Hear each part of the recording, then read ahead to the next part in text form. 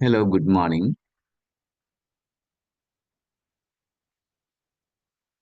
Hello,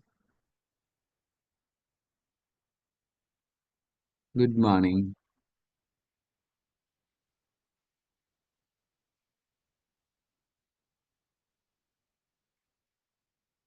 Miss Ranmini, you are from Lincoln University or you are a student?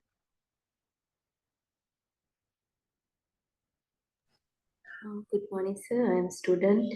I am now Yeah, you are Lincoln. a student, right? Okay, okay. So, Ranmini, can you please share a message to your colleagues like the lecture will be started soon? So, ask them to join. Okay, sir. Okay.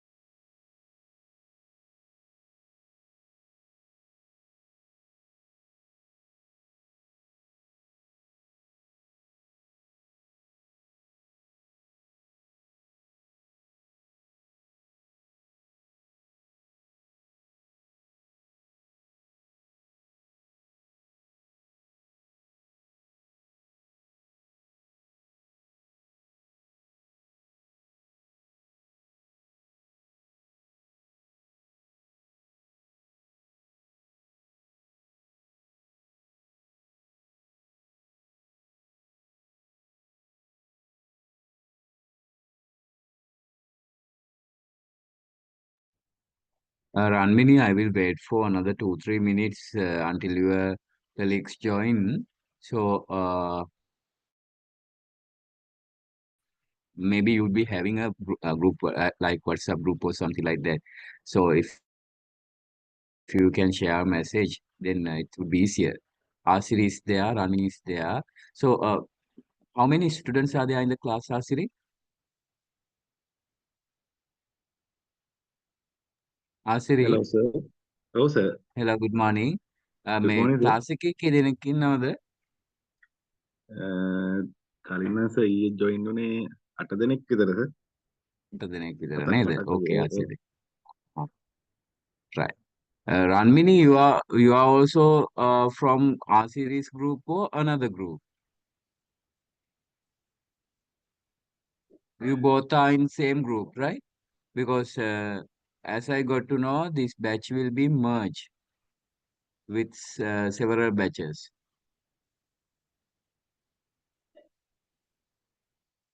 Asiri, ඕගොල්ලන්ගේ batch එක එකට එකතු කරපු එකද නැත්නම් ඕගොල්ලන්ගේ batch එකේ කට්ටිය විතරද? බැච් එක කට්ටිය විතරයි සර් අපි බැච් එක නයිට් බැච් එක 9 වෙනි එක. නම් වෙන එක. Okay, okay. Right, right.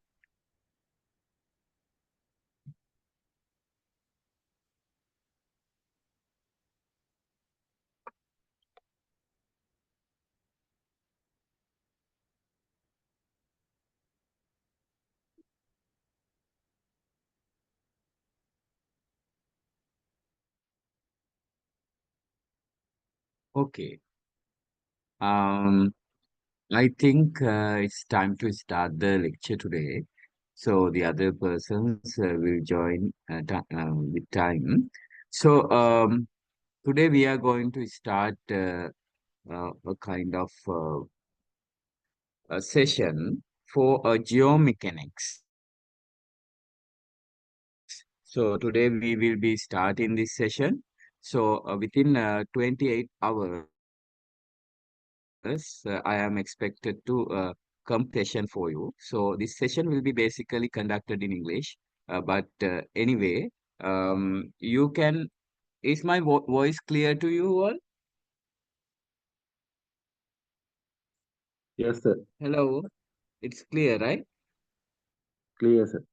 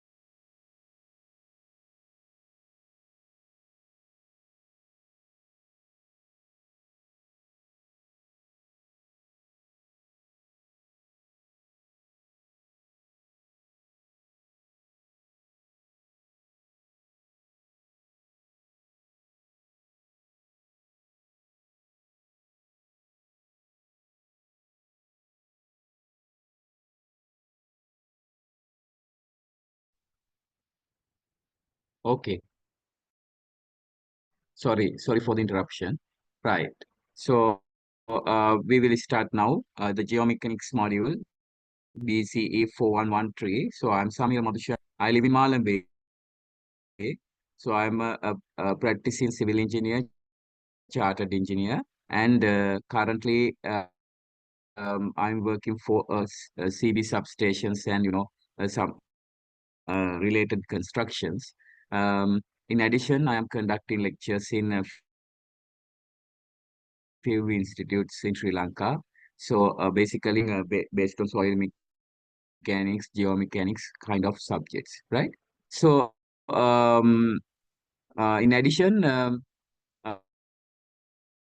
am conducting construction management subject for Lincoln as well.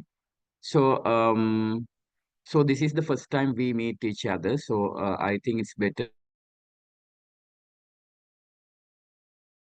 to introduce yourself to me as well. So let's start with Asiri. Asiri, what do you say? I'm Asir Sampath. Now I am working Oh, wagon drawing. kiana poda. Hello, sir. Okay. I am Asir Oh, Sampath. I know. Hello, Yeah. I am Asir Sampath. Now I am working in divisional engineer office in Anuradhapura as a technical officer. Uh, Mm-hmm. uh, in the past, I uh, So you completed I NCT, HND, or NDT? Which course? NDES NDES in Karnataka. NDE.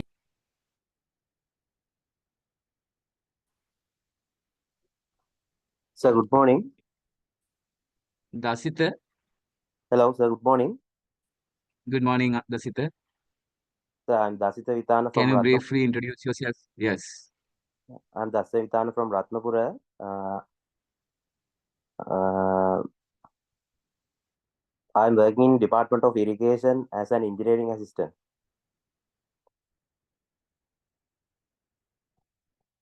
Sir, hello.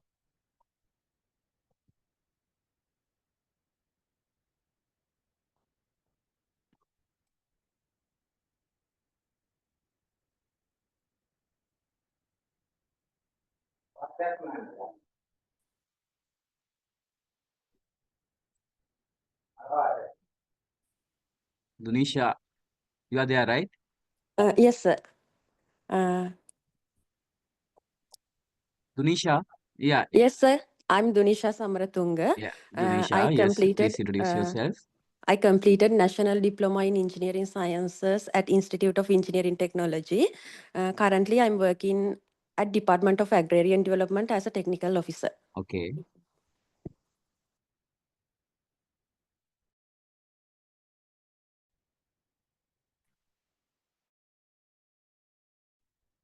Good morning, sir. Gayatri, Good good morning, sir. morning. I am Gayatri Ekanayaka. I live in Koliyapitiya. I completed NDES. I am working at Department of Agrarian Development as a technical officer.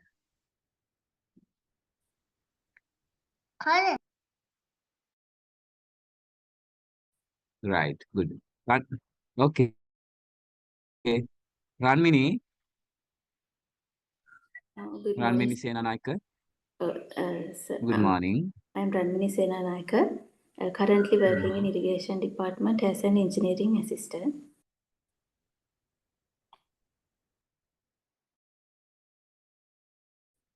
Okay, okay. So good to see you kind of professionals here. Actually, you are currently working in civil engineering industry, so you know some part of civil engineering, and you are the current practitioner in this forum, and we will be conducting this geomechanics lecture. So I hope you have certain basic knowledge on the geomechanics and the soil mechanics, so that I hope there would not be any kind of issues regarding this explanation. So anyway, if there are any things that you need to be clarified, please let me know in either language, no issues, right? So so moving on, I think since this is online platform, I appreciate if you can attend in each of the lectures. So for your understanding, I'm saying this is the fourth time I'm taking this course to Lincoln University. So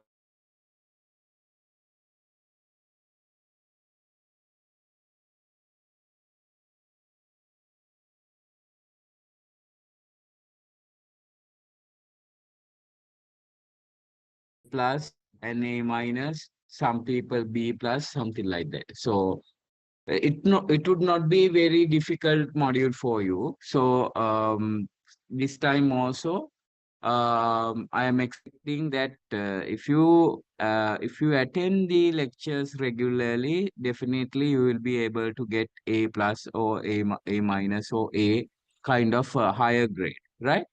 So, with that brief explanation, I am going to discuss regarding this geomechanics module first.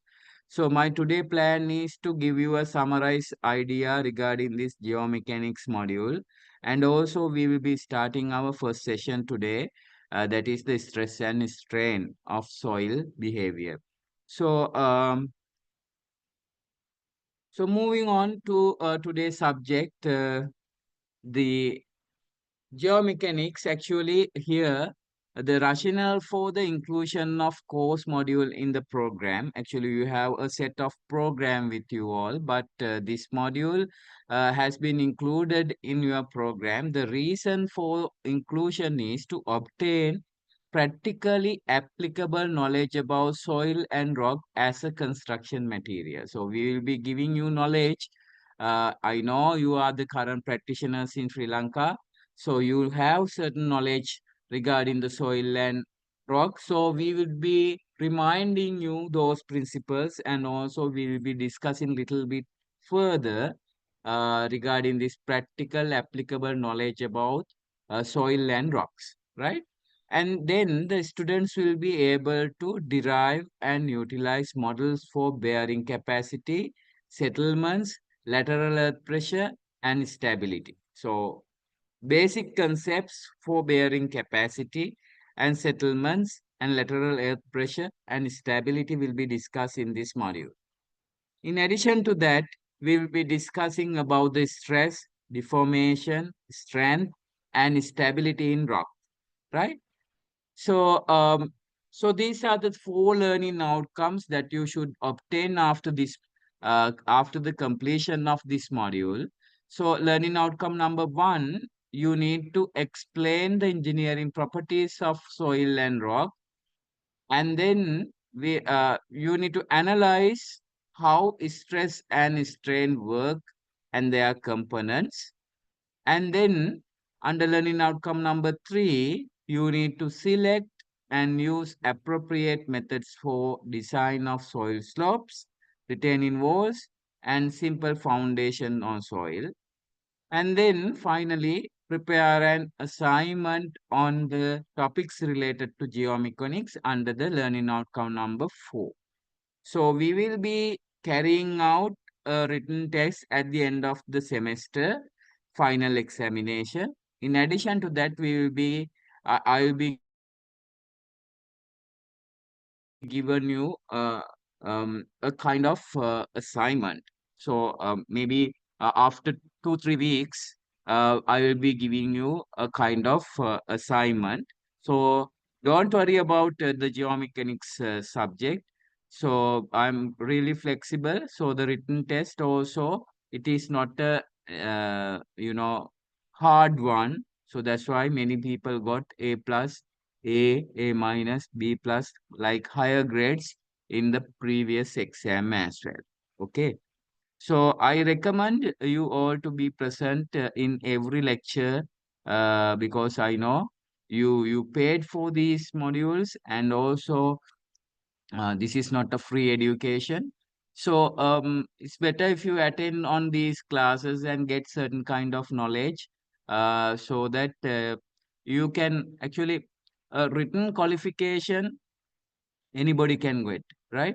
So a written qualification anybody can get, but the knowledge matters when you are going into the field. So if you don't have much knowledge, you cannot be competitive in the industry. So sorry. So it is really better to have a kind of maximum knowledge out from it. I know sometimes you are working on Saturdays and Sundays, sometimes you are in the home. So during the weekdays, you have been working in the office. So this is the time to work with your family. So I understand every constraints with you.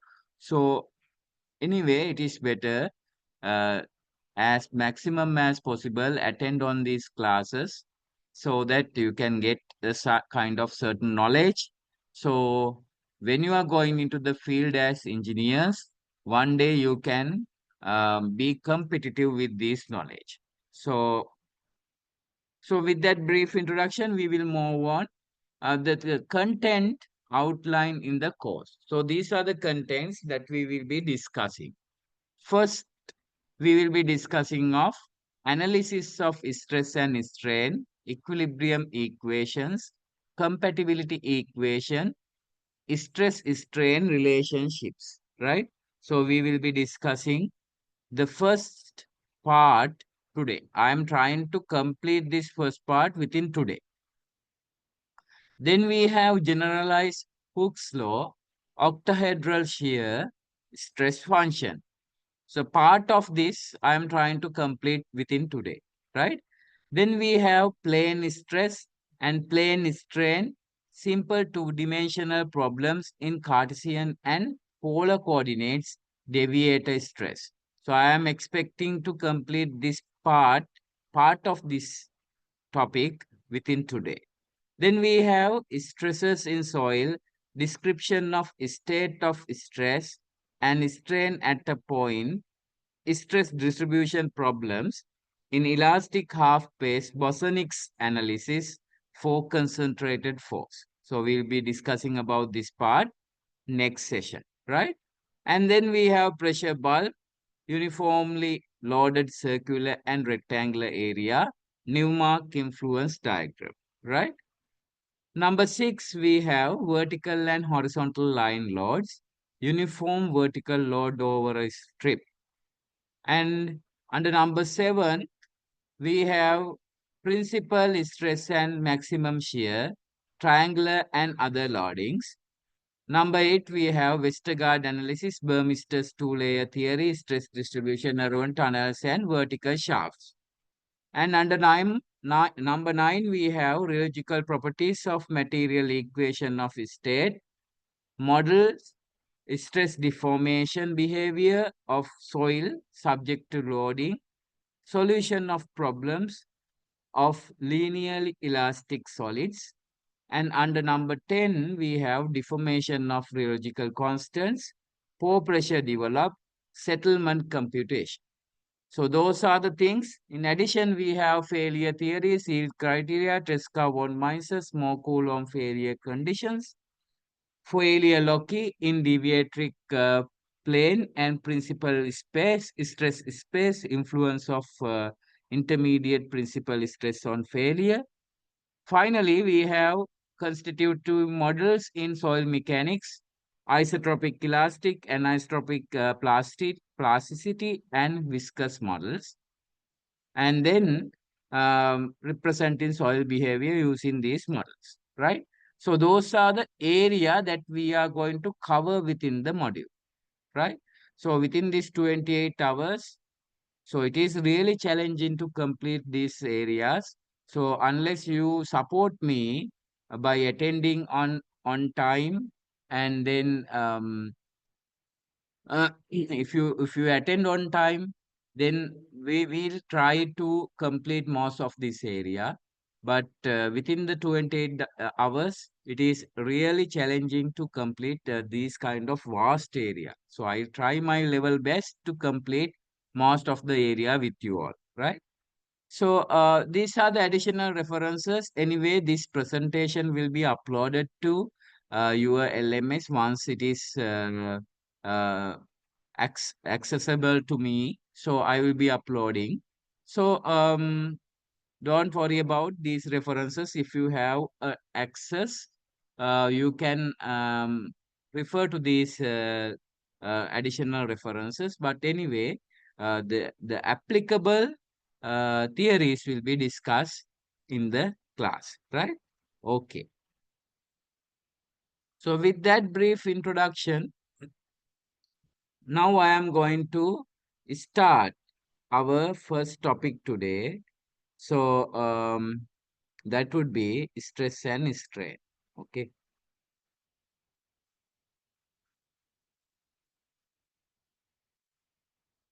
Right. So I hope that you all know about this stress and strain within the soil, right? When the stress is applied on soil, what will happen?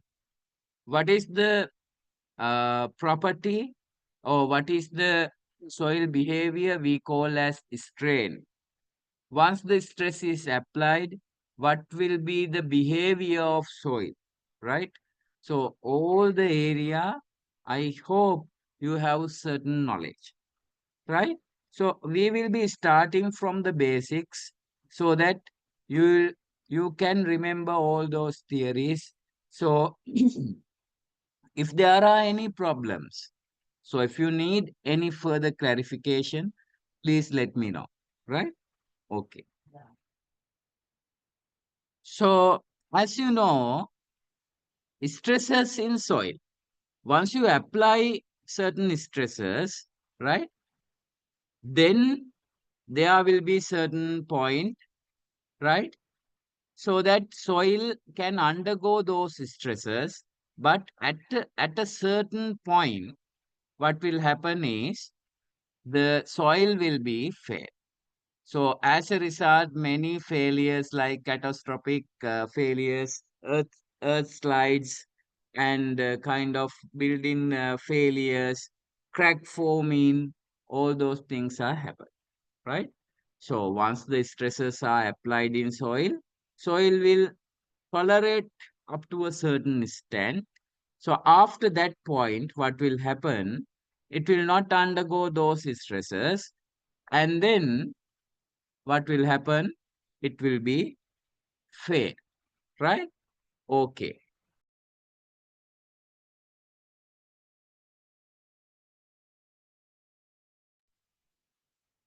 Right. So now we need to understand how these stresses act in soils, right? How these are created. First thing, there can be certain external loads, right? So as a result of external loads, certain stresses are applied on soil, right? So external load in the sense we are constructing as civil engineers many buildings, many bridges, many roads, a kind of many structures. So as a result of these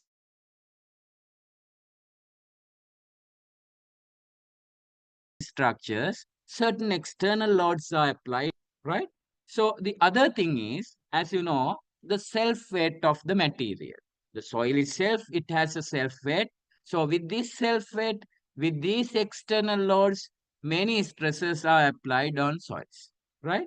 So as a result of these stresses, what will happen is there are many things, many behaviors will be applied on soil. So now we are going to discuss about these stresses first, and then we are going to discuss about these behaviors, right? What are the behaviors of soil, right? So soil have number of properties to make it distinguished from other material. Now you know as civil engineers, um, when you apply certain stresses on concrete, it will tolerate certain stresses and then it will fail, right? So the stress behavior, you know, grade 25 concrete, you know the cube crushing strength will be 25 newtons per millimeter square. So if it is grade 30, you know the cube crushing is the compressive strength will be 30 newtons per millimeter square, right? So you know the predicted behavior, right?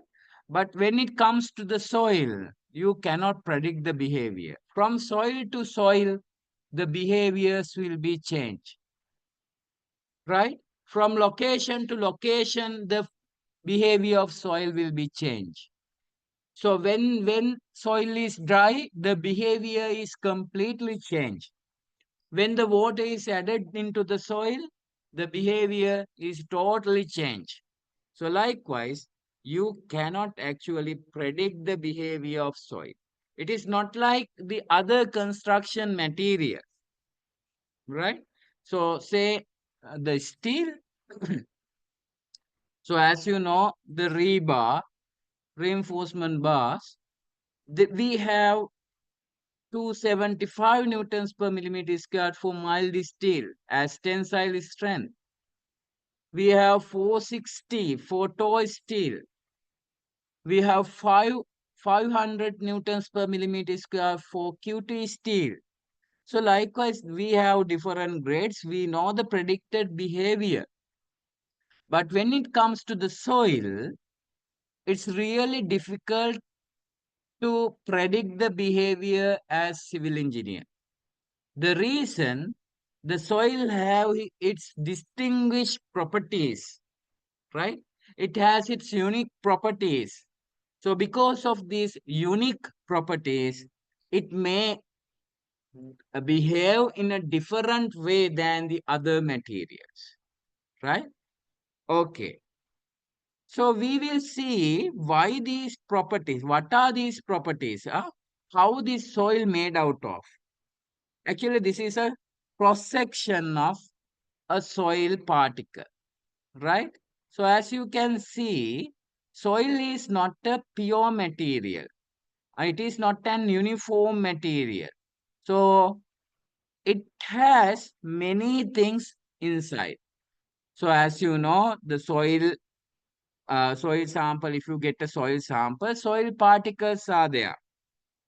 So within the soil particles, there are void spaces. These void spaces are filled out of water and air. And there are many foreign materials like tree roots, etc. Right?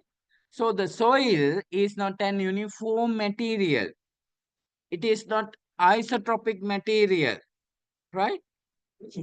So the properties will be changed with this arrangement, with the arrangement of soil particles, with the arrangement of voids inside, and which degree the water has been filled, whether the air is presented.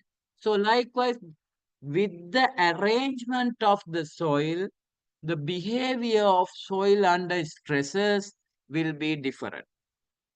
Okay, understood? Terunada, is it clear?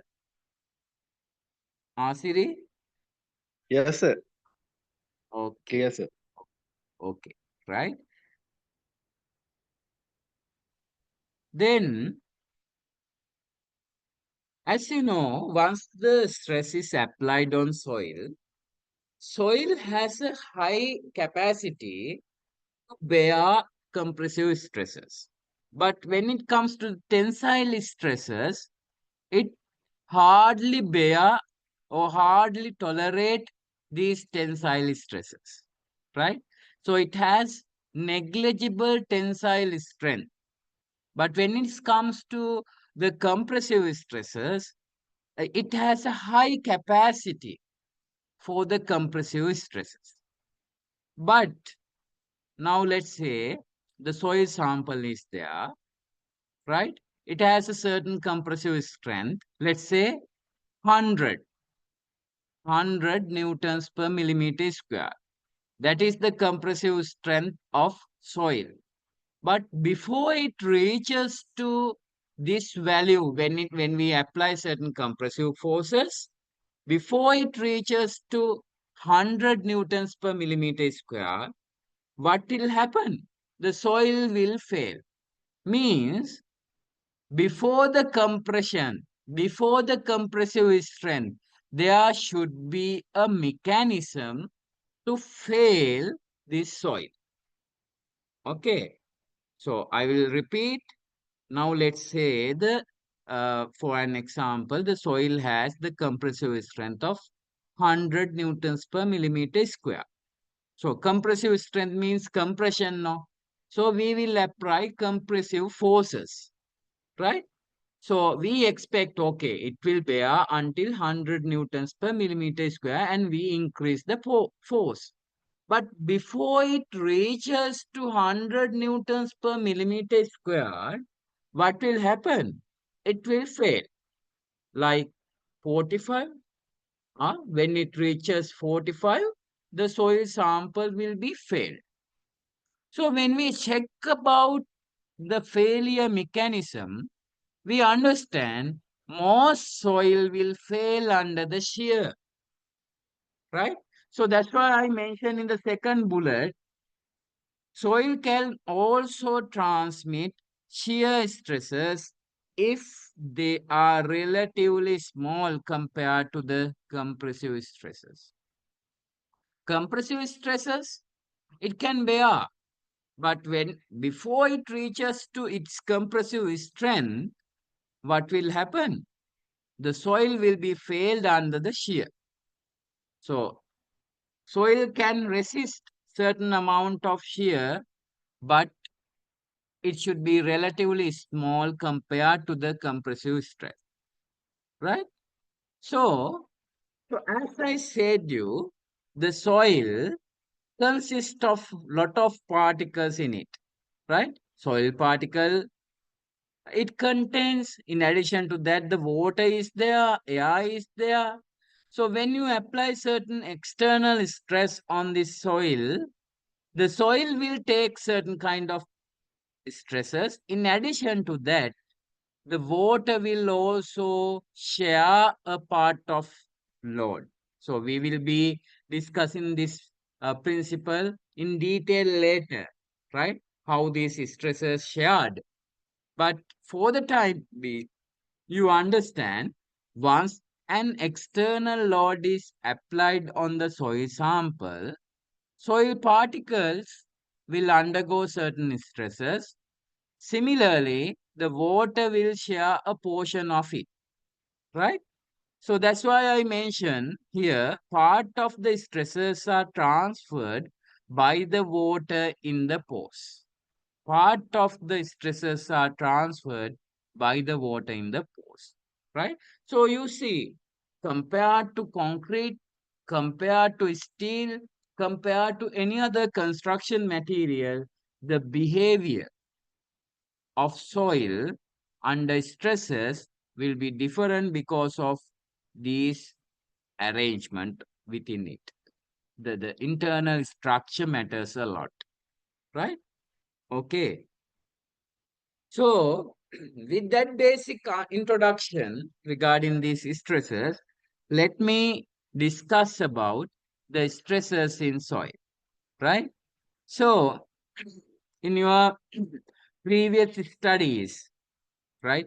I heard some of you studied on HND, NDES, NDT, NCT, likewise, many courses you already completed, right? So, in your studies, you may came across, right, these stress identifications. So, let's say this square-shaped soil particle has been considered, right? So, here the soil particle is A, B, C, D, right? So when we take about these planes, right? The soil, plain soil particle is there. Plain soil particle is there. So along this surface, a kind of perpendicular force stresses have been applied. So here we have a perpendicular stress. Here we have a perpendicular stress.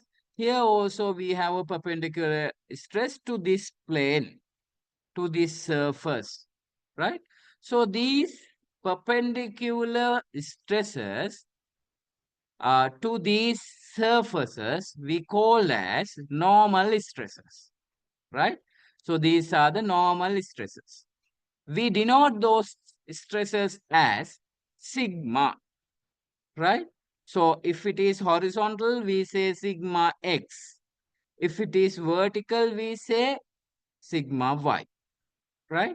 So there are perpendicular forces to each of the surface. We say those stresses as normal stresses. Okay. So in addition to these stresses, I said there are certain stresses uh, along the surface as well. So in this slide, I said the compressive stresses are there. In addition, uh, soil can withhold certain kind of shear stresses as well, right? So these normal forces, you see, is it a tension or is it a compression? It's compressed, no? This, because of these normal stresses, what will happen? Certain compression is applied on the surface of this soil particle. Okay. So in addition to these stresses, we have another stress along the surface of soil particle. So we have this surface, along this surface we have another stress. So here we have a surface. Along this surface, we have a stress. Here we have a surface. Along this surface, we have a stress. So these stresses acting on the surface of the soil particle, we say as shear stress. Okay. So these are the stresses. Sigma y, this is a vertical stress, so that this is a compressive stress. We say this is a normal stress. Here we have sigma x. It is also perpendicular to this surface. So this is also called as normal stress. So as you can see, the soil particles, if any object is applied with certain stresses, what will happen? It will try to move, it will try to rotate, or it will try to shift, right? But as you know, the soil particles are always, at most cases, those are at rest, right? Those are in equilibrium, right? So as a result, what will happen? This sigma y is applied on DC surface. So in order to make it equilibrium, equal and opposite force or equal and opposite stress should be applied on this surface. That's why this direction has been going to the soil element. So to make it equilibrium. So sigma xy, sorry, tau xy, that is the shear stress. To make it equilibrium, we need to have equal and opposite force in the other surface, right? So that's why the direction of the arrow is in this direction. Here, tau xy is there, so that this is the shear stress along the CB surface. So when it comes to the DA surface, the arrow sign should be equal and opposite, because to maintain the equilibrium. Hope you understood, right? So these are the stresses applied in a 2D soil model. So as you can see, um, each and every stresses, there are normal stresses and there are shear stresses. How those denotions are made, how these arrow directions are made, you understand. Okay, right. Now I said there are certain soil particles are there. So the dashed lines, you can see the soil particles. So in between that, we have voids. We say these voids as pores, P-O-R-E-S, pores, right? So these pores are consist of water. So these pores are filled with water. So sometimes there can be some air particles as well. Okay. So once an external load is applied, what will happen? As I said, the soil will be compressed. Similarly, the water will also be compressed. Okay. Right. So that water which are filled in pores, we called as pore water. Right. So this pore water is compressed as a result of certain pressure generated within the water. So we say that pressure as pore water pressure or pore pressure. Okay, that's what we are going to discuss now. Pore pressure. Soil is a porous material filled with air and water, right? Soil, as I said, there are many void spaces. These void spaces are filled with air and water. Pores are mutually connected, right? They are interconnected with each other. A pressure may be transmitted in this water body, and the water may also flow through the pores. Not like soil. What will happen to the water when it is compressed? If it is compressed, if they don't have close boundary, what will happen? Water will try to flow, right? So they try to flow through the pores. They try to flow through the voids. Once the force is applied, what will happen? Right? Once the force is applied, right? Let's say your force has been applied here. So water is getting compressed in this area, water is getting compressed. So this area, nothing much effect, but this area, the water is compressed. Now what happened? There's a pressure difference. So water tries to release its pressure where it has high pressure, and it will flow from high pressure zone to low pressure zone, right? It will flow from high pressure zone to low pressure zone. So once the pressure is applied on the soil sample, soil will be compressed, water will be compressed.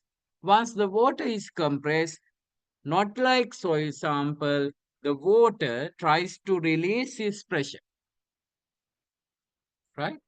So because this effort, water tries to flow from high pressure area to low pressure area. Okay. So that's why I mentioned in this slide, like,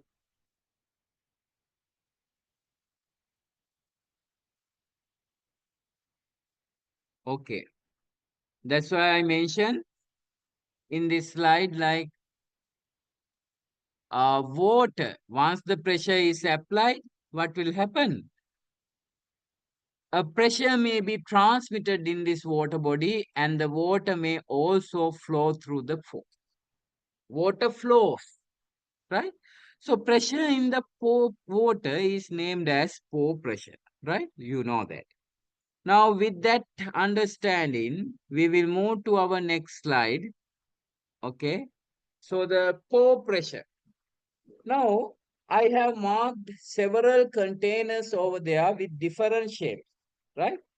So when you think about the pore water in the here in these containers, irrespective of these shapes, the stress here will be gamma W into H, right? It doesn't matter which shapes it contain, right? There are many irregular shapes, many regular shapes. Irrespective of this shape, what will happen? The pressure at the base will be gamma W H. H is the height of water, right?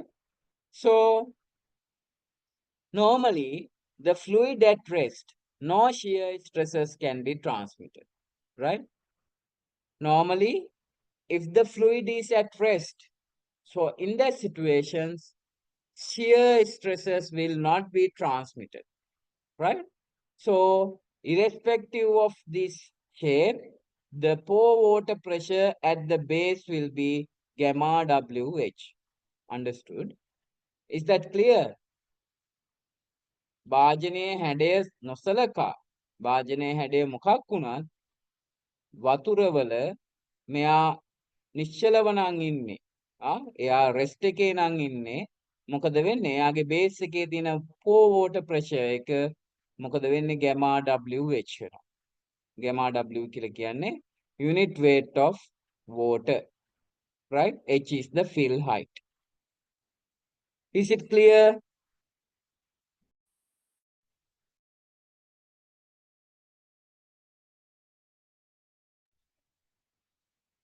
Is it clear?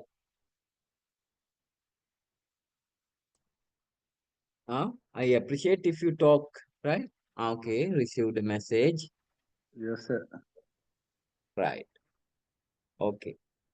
So this is not like, you know, when we carry out certain lectures to grade 8, grade 9 students, they afraid to raise their voices. But you all are professionals. I really appreciate an audience like this, right? You all are knowledgeable persons.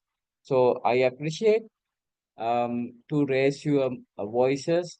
If I want certain discussions with you, if I want certain clarifications with you, I appreciate if somebody talks, right?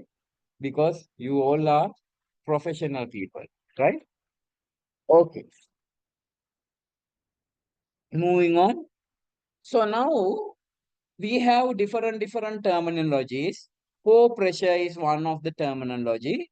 Then we have effective stresses. Effective stresses, right?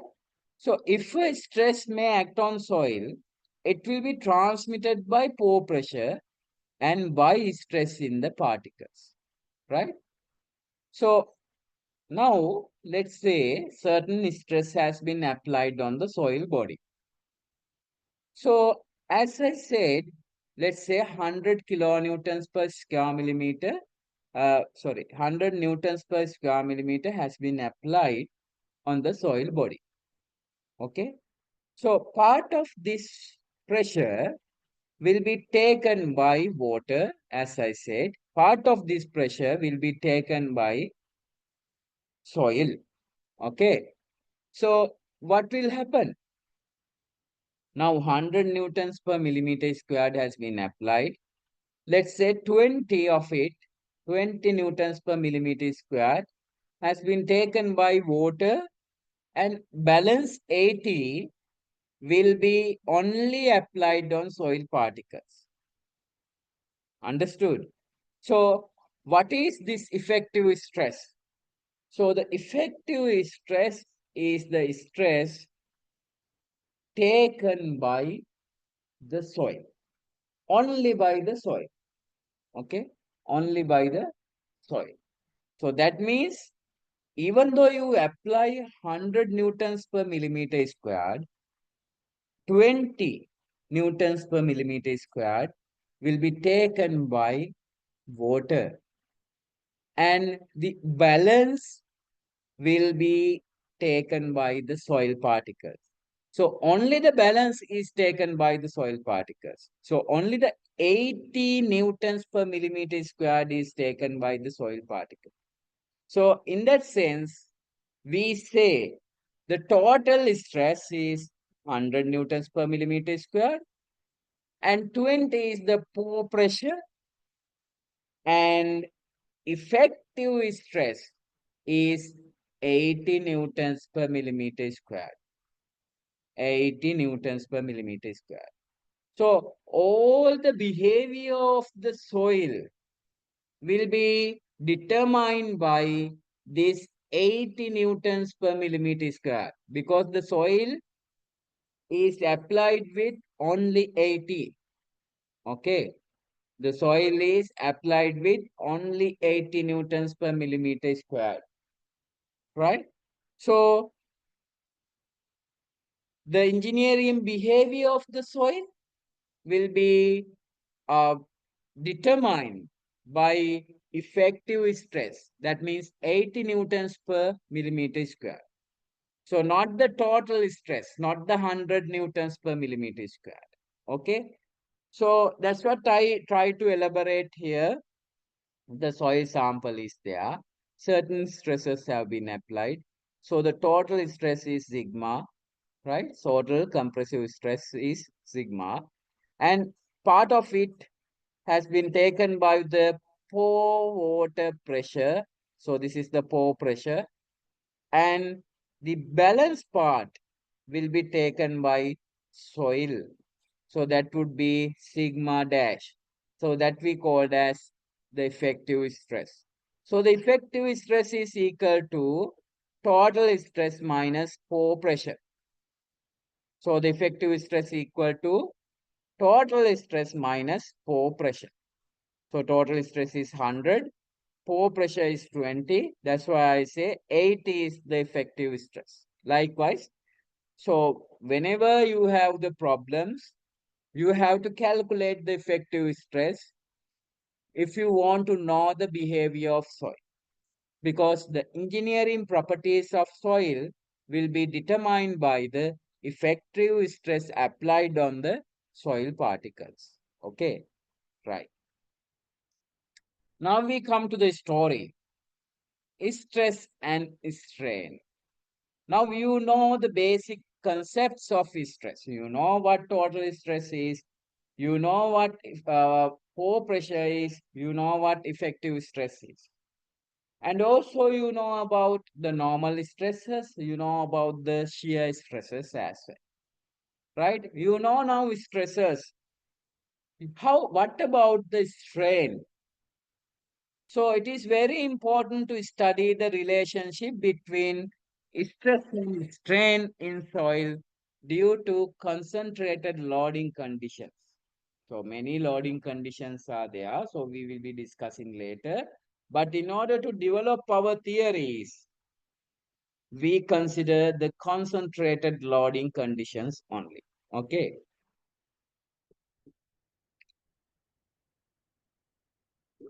So we will be discussing about line loads. We will be discussing about rectangle loads, circular loads, and also we will be discussing about triangular load, trapezoidal load, right? Likewise, many loads we will consider within this module. But in order to develop the theories, we will consider about concentrated loading conditions, right? Means a point load conditions, right?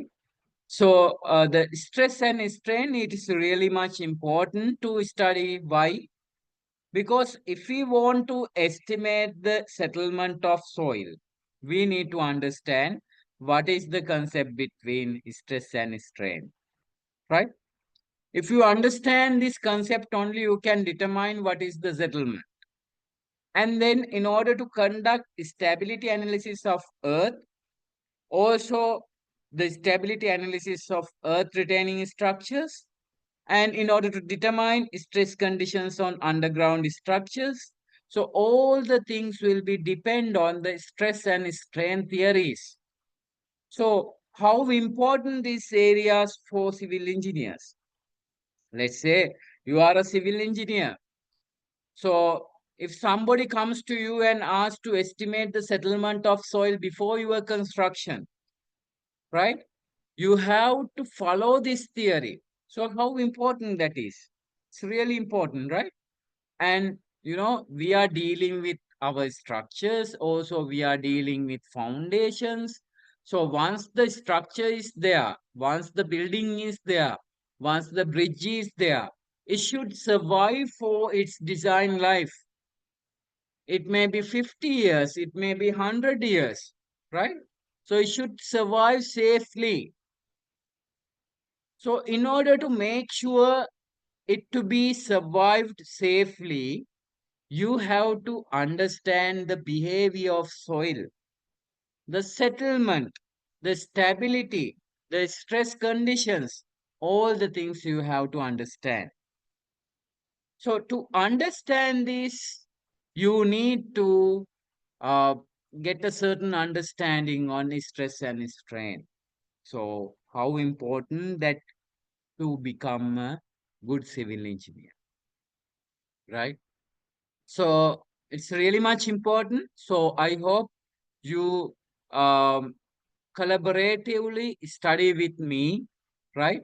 So that if you have any doubt from here onwards, please raise your voice or send me a message, maybe a public message or a private message, whatever it is not a problem. So I respond, right?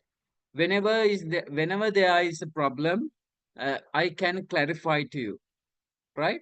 So it's better to have a maximum out from this lecture series, right? So that's why I asked to make it a kind of interactive session, right? So now this graph, I hope you all see this graph in different studies in civil engineering. So in this geomechanics subject as well, we will be discussing about this graph. So as you can see, the y-axis is the stress, x-axis is the strain, right? Y-axis is the stress, x-axis is the strain, right? So we have two portions over here, two lines over here. One is a kind of gradient line, right? So there is a slope, that is AB portion. So after that, horizontal line is there. We have BC portion. So kind of idealize. This is not the actual case, right? But for soil and other materials also, we have used this graph for our comfort, for a simplification, so that this idealized stress strain diagram can be utilized to develop our theories. And after developing these theories, if we check the practical situations with these conditions, it is more or less similar. The practical situations and these idealized problems, the results coming from the idealized problems are similar to the practical situations. So why we don't use these idealized theories then? So it is really much important to have these idealized conditions and then determine the practical, predict the practical behaviors with these idealized conditions, right? So it is not 100% accurate, but 90%, 95%, this is accurate. So with that understanding, we will now go into this, because as you can see, this is the soil sample, right? So it is a composite material. Many materials are there: soil, water, air, everything is there. So because of that thing, once you apply certain stress, a kind of uniform behavior cannot be expected. So definitely the relationship will not be similar to this one, because it is a composite material. But we idealize that behavior to this uniform stress condition, right? So that we will develop our theories with this assumption and check whether it is comply with the actual situation. So when we check, it is 90% okay. It is 95% okay. Sometimes it is 85% okay. So a kind of a great margin.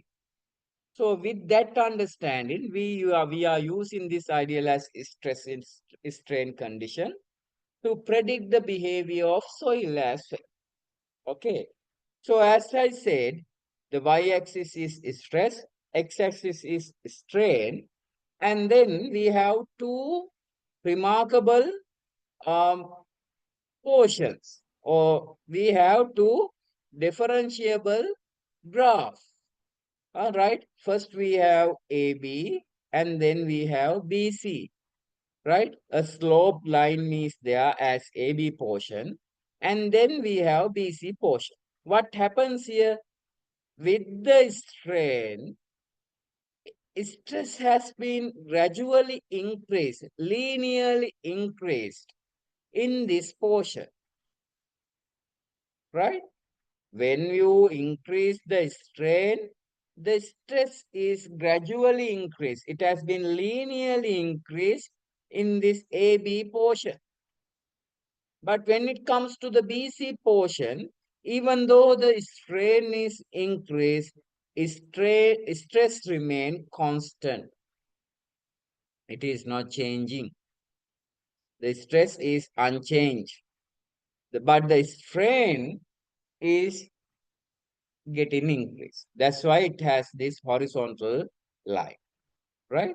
So we say this portion, AB portion, where once your strain is increased, stress also increased, gradually increased, linearly increased. That portion we say elastic behavior. Let's say a rubber. Once you increase your stress, what will happen? The strain also getting increased. What is strain? Strain is the increment in the length. දිගේ වැඩිවීම. දිගෙහි වැඩිවීම තමයි strain කියන්නේ. So once your stress is applied and you maintain your stress, gradually increase your stress, what will happen? The strain will also be getting increased. Strain also gradually increase in this elastic region. right? And when it comes to the plastic region, what will happen? Even though the strain is increased, stress will be kept remained as same. It will not be changed, right? Okay. So with that understanding, we will proceed.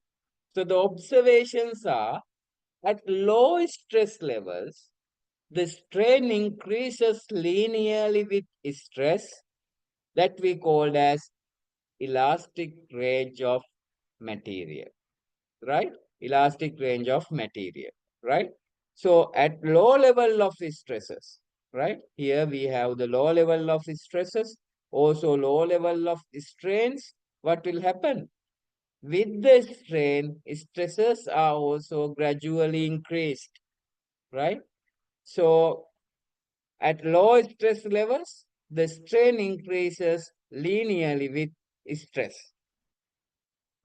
Beyond a certain stress level, the material reaches plastic state. Then strain increases with no further increase in stress.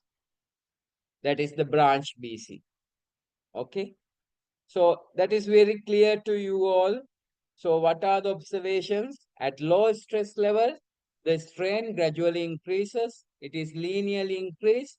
So that we say branch AB, or we say elastic range of material. And then we have the plastic state. So the material reaches its plastic state, so that even though we increase the strain, there is no further increase in stresses. So the branch BC. Okay.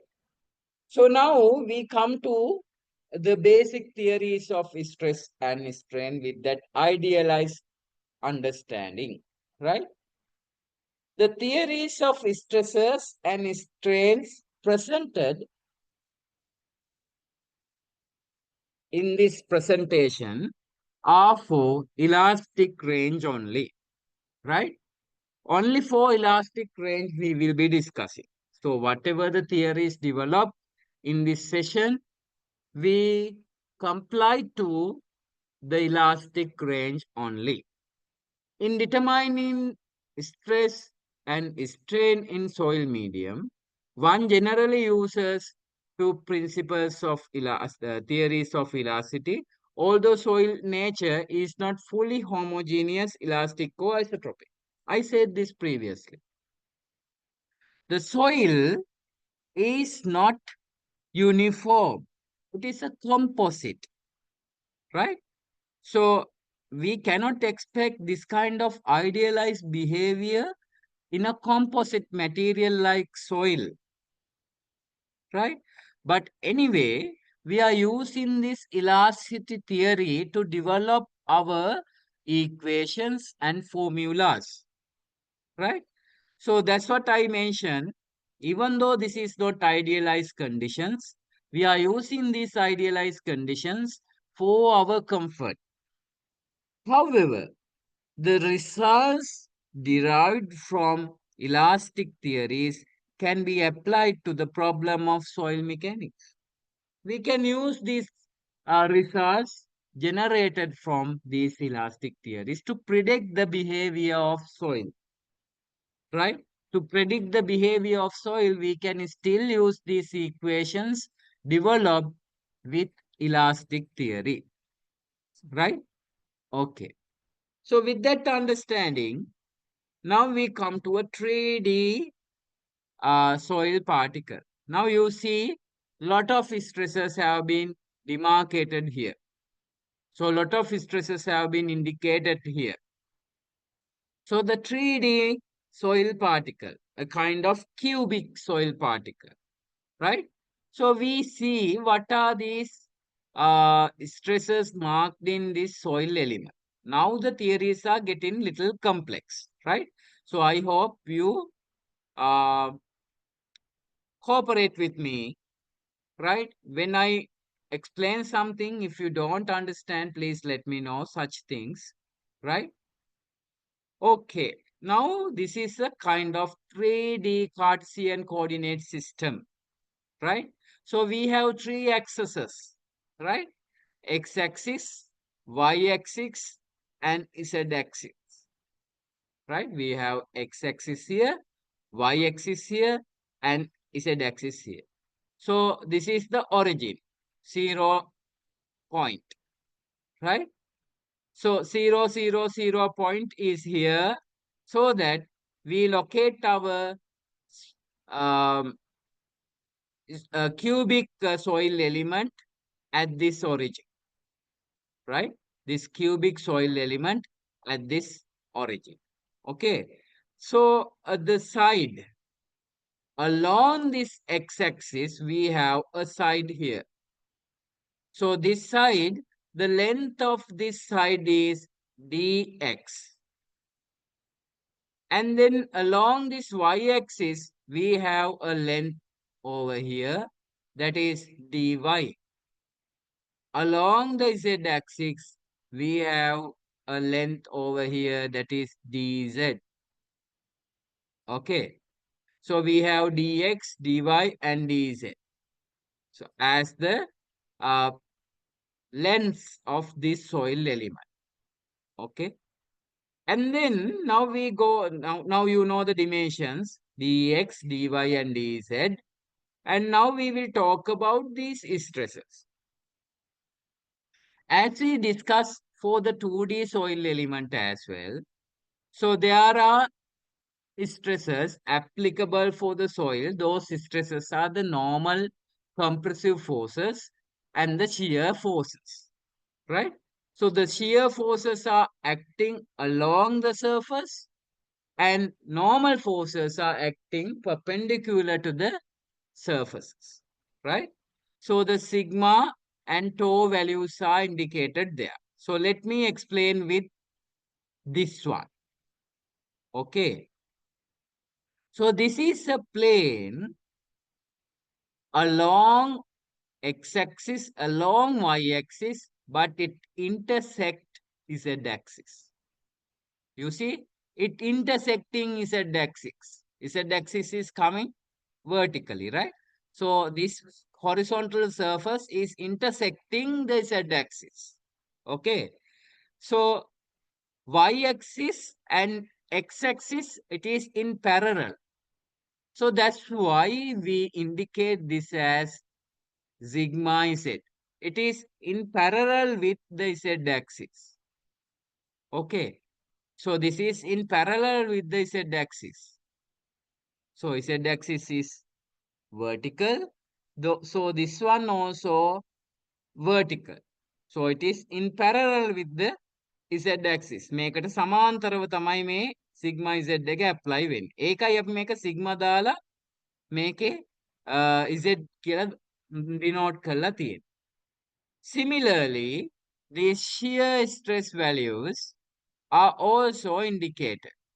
The shear stress, now tau, since this is belongs to the z plane, so this plane is intersecting the z axis now. So that's why we mention tau z over here. Tau z over here, right? Now this stress in parallel with y-axis. So that's why tau zy. This stress is parallel with x-axis. That's why it is tau zx. Okay. So in order to make it equilibrium, equal and opposite forces or stresses should be applied on the opposite face as well. Right? So that's why now sigma z is downward vertical here. And in this plane, it is upward vertical. Tau zx is to the right hand side, but here tau zx similar stress has been applied to the left hand side. This tau zy is towards to you, and then this one tau zy, the similar force, but the direction has been opposite, so it is outwards to you.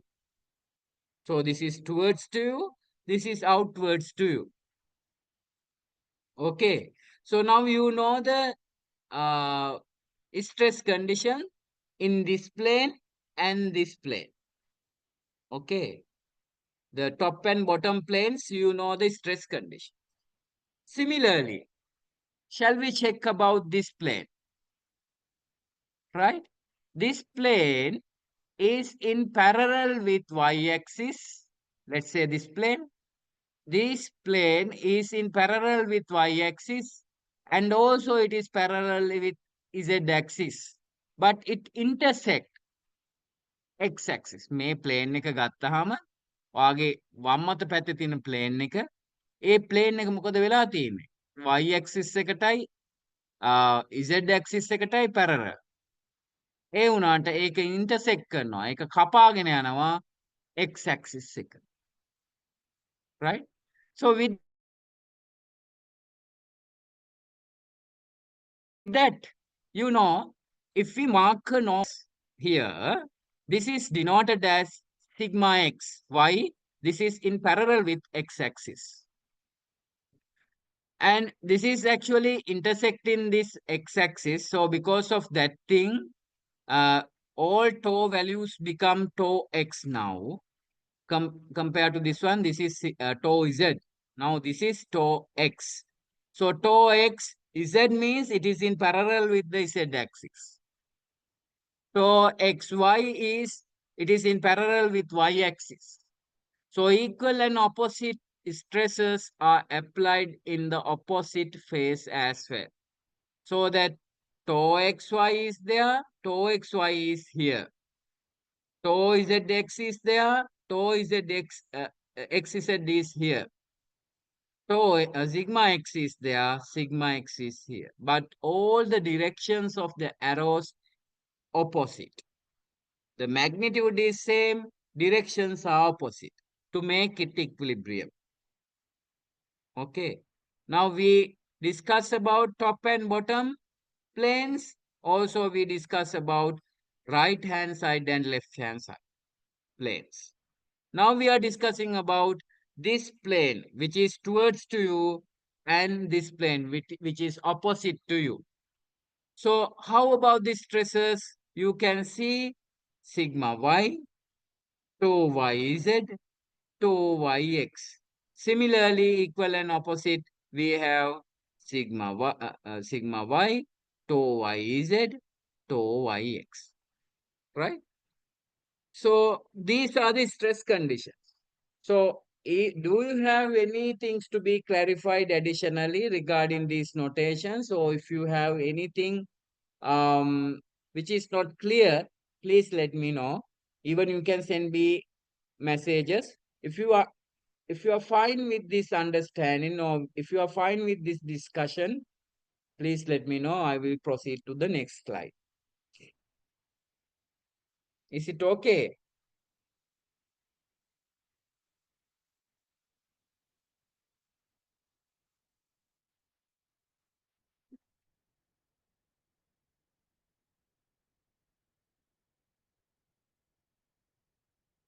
Okay. Right, we will move on. Dasita has replied to me. Thank you, Dasita. And then, as I said in detail, sigma x, sigma y, and sigma z are normal stresses. They are positive when they are directed into the surface.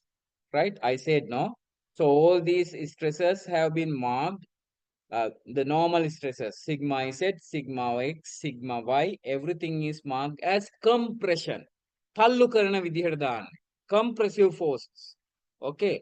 So the reason is the compressive forces are applied on soil mass, and also the soil has a capacity to undergo the compressive stresses. That's why we mark the compressive stresses as positive.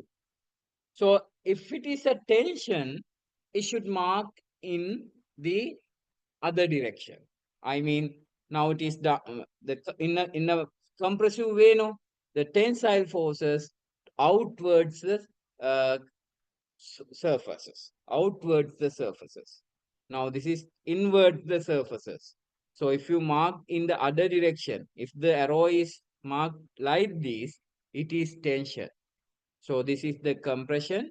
If the arrow is marked like this, means you are dragging the soil element outside. So that is the tensile force, right? So normally tensile forces are not applied in soil masses, but in some situations that can be seen where the failures occurs. So in such situations, the tensile forces are generated. So those things, right? So that's why I mentioned here sigma x, sigma y, and sigma z are the normal stresses. Positive when they are directed onto the surface. Directed onto the surface. If it is directed outwards the surface, those are negative. That means those are tensions, right? Okay. Tau xy, tau yx, tau yz, tau zy, tau zx, and tau xz are shear stresses. Those are the shear stresses. Okay. So the for equilibrium, the magnitudes should be same, so that tau xy is equal to tau yx, tau xz is equal to, actually this should be zx, not zz. It should be zx. This is a kind of typing mistake. And then we have tau yz is equal to tau zy. Okay. So for equilibrium, even though the these letters are changed, it is similar. The magnitudes are same, right? Okay. Now we talk about when certain stresses are applied, how those are incorporated into the soil element. Now we talk about certain equilibrium conditions, but due to certain application of stresses, what will happen, right? So now I highlighted a kind of surface over here. That is the top surface. And this one is the bottom surface. So let me start with this top surface, right? So we have sigma z, that is the normal stress. And then, as you know, this is tau zy, or you can say tau zy here. And then tau zx is here. These are the shear stresses. You know that. And similarly, as previous, we have the soil element. So this soil element is cubical. So dz, dx, dy, and dz are the dimensions of each side, right? So now let's say the vertical stress is going to be increased with this surface, right? Let's say along the z direction, the vertical stress is going to be changed. The normal stress is going to be changed. So that change will be like this. So I have divided this dz into small lengths. So this length of, the length of this small portion, we say as da by z. Understand what I say? Now here we have the normal stress, right? That is sigma z. So I am saying now this vertical stress has been increased along the z direction. So we have a length dz along the z direction, and I have divided this length into small portions. So this is small portion, the length of a small portion is da by z. Okay. So within this da by z, the stress has been increased to da by sigma z. So the increment of the vertical stress within this small length portion is da by sigma z. Okay. I repeat, dz has been divided into a small length portion. Within this small length portion, da by sigma z stress has been increased. Okay. So if it is da by z, this small length is there. So within this small length, da by sigma z has been increased. So if it is 1, the length of the portion is 1, what will happen? What is the stress increment? That would be, you have to divide. So in order to make it 1 here, you have to divide this one into da by z. So that this portion also should be divided by da by z, no? So if it is the unit length, now the length of this one is da by z. So if it is the unit length, then the stress increment will be da by sigma z divided by da by z. Got it? Within this small length portion, da by z, we have the stress increment da by sigma z. So if it is the unit length, this should be divided by da by z. This should also be divided by da by z. That's why I said within the unit length, the vertical stress increment is da by sigma z divided by da by z. So if you know the vertical stress increment within the unit length, how about the vertical stress increment in this length, the total length?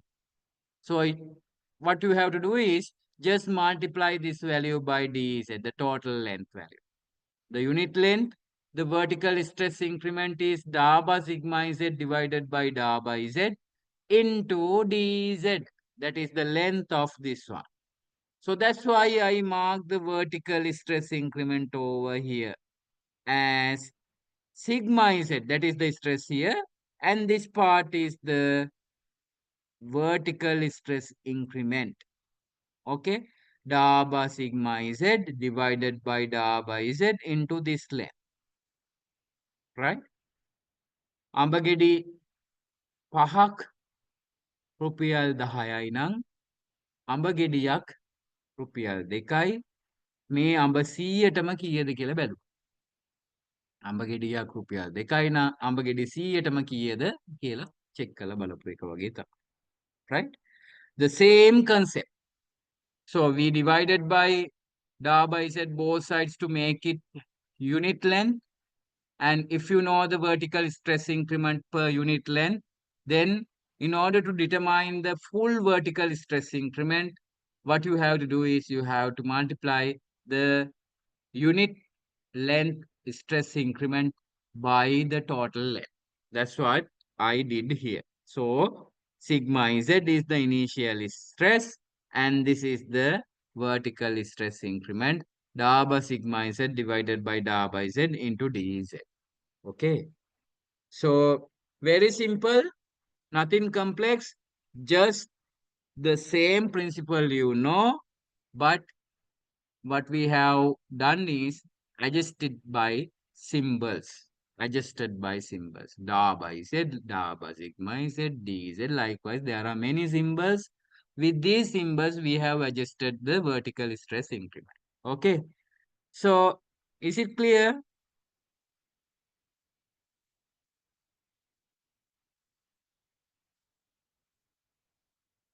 Nifnas. Nifnas is here. Nifnas, are you a Sri Lankan? Yes. You are Sri Lankan, right? Yes, Sri Lanka. Okay. Yes, tell Because me, in sir. previous, it's clear, right? Yeah, it's clear because I'm in out of Sri Lanka. You are in out of Sri Lanka, but you are Sri Yeah. Lankan, right? Yes, Sri Lanka. Okay. Because Okay. previously we had a Pakistani Okay. person. So actually, I mostly use English when discussing, but Okay. I thought in this class we had Uh, only Sri Lankan. So if I use Sinhala for certain explanation purposes, it's fine for you, okay. right? Yeah, no problem. No problem. Okay, Okay. Nifnas, thank you. Okay. Thank you so much. Right. So with that brief introduction on these notations, let me proceed. So now it is becoming big view. Now, as I said, sigma z over here. So I make it as da by sigma z divided by da by z into dz, right? sigma z plus da by sigma z divided by da by z dz. This is what we explained. Similarly, the same thing has been applied to the other stresses as well. You see? Now let's take about this one. Tau zx. So tau zx, da by tau zx divided by da by z into dz. So here, tau zy. Here we have tau zy plus da by tau zy divided by da by z into dz. So the same thing, same principle, the other stresses have been increased with the length. Okay. So I am not going to discuss each and every stress over here because it takes time. So I just proceed. Is it fine for you? Do you want me to explain the each and every stress, how it is increased? I think there's no use. The same concept is there, no? Shall I proceed? Dasita, is it okay? Shall I proceed? Do you want me to explain each and every stress? Okay, right? So then I shall proceed for the next slide. Now we come to the equilibrium conditions and equations for static equilibrium. Now we are going to discuss, right? Before that, we will be having 10 minutes break. So have a cup of tea and come back after 10 minutes, and then we will be continuing from this slide. Okay.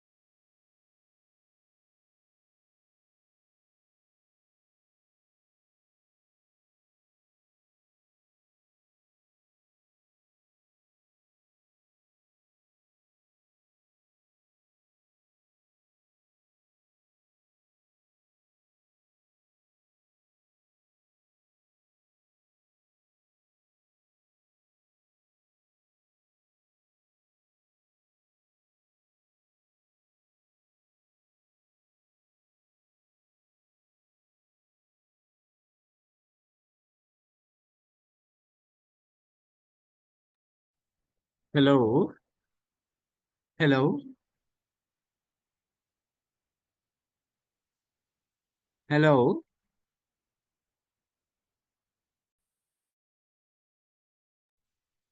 Hello. Can you all hear me? Dunisha.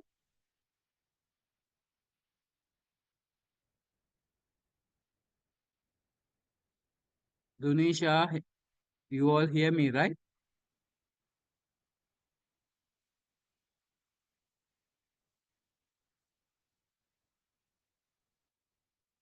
Is there everybody? Asiri, can you all hear me?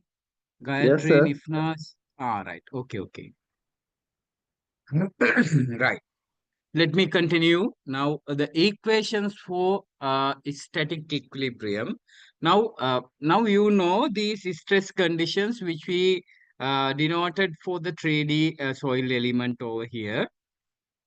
So now, as you know, along the surface, even though the stress has been increased, all these soil elements are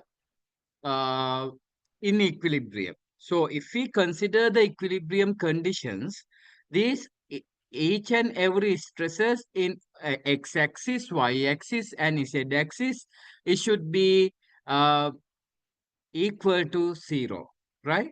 So with that understanding, we proceed with these equations. So we consider about the x direction, right? So considering the x direction, we have all the forces over here.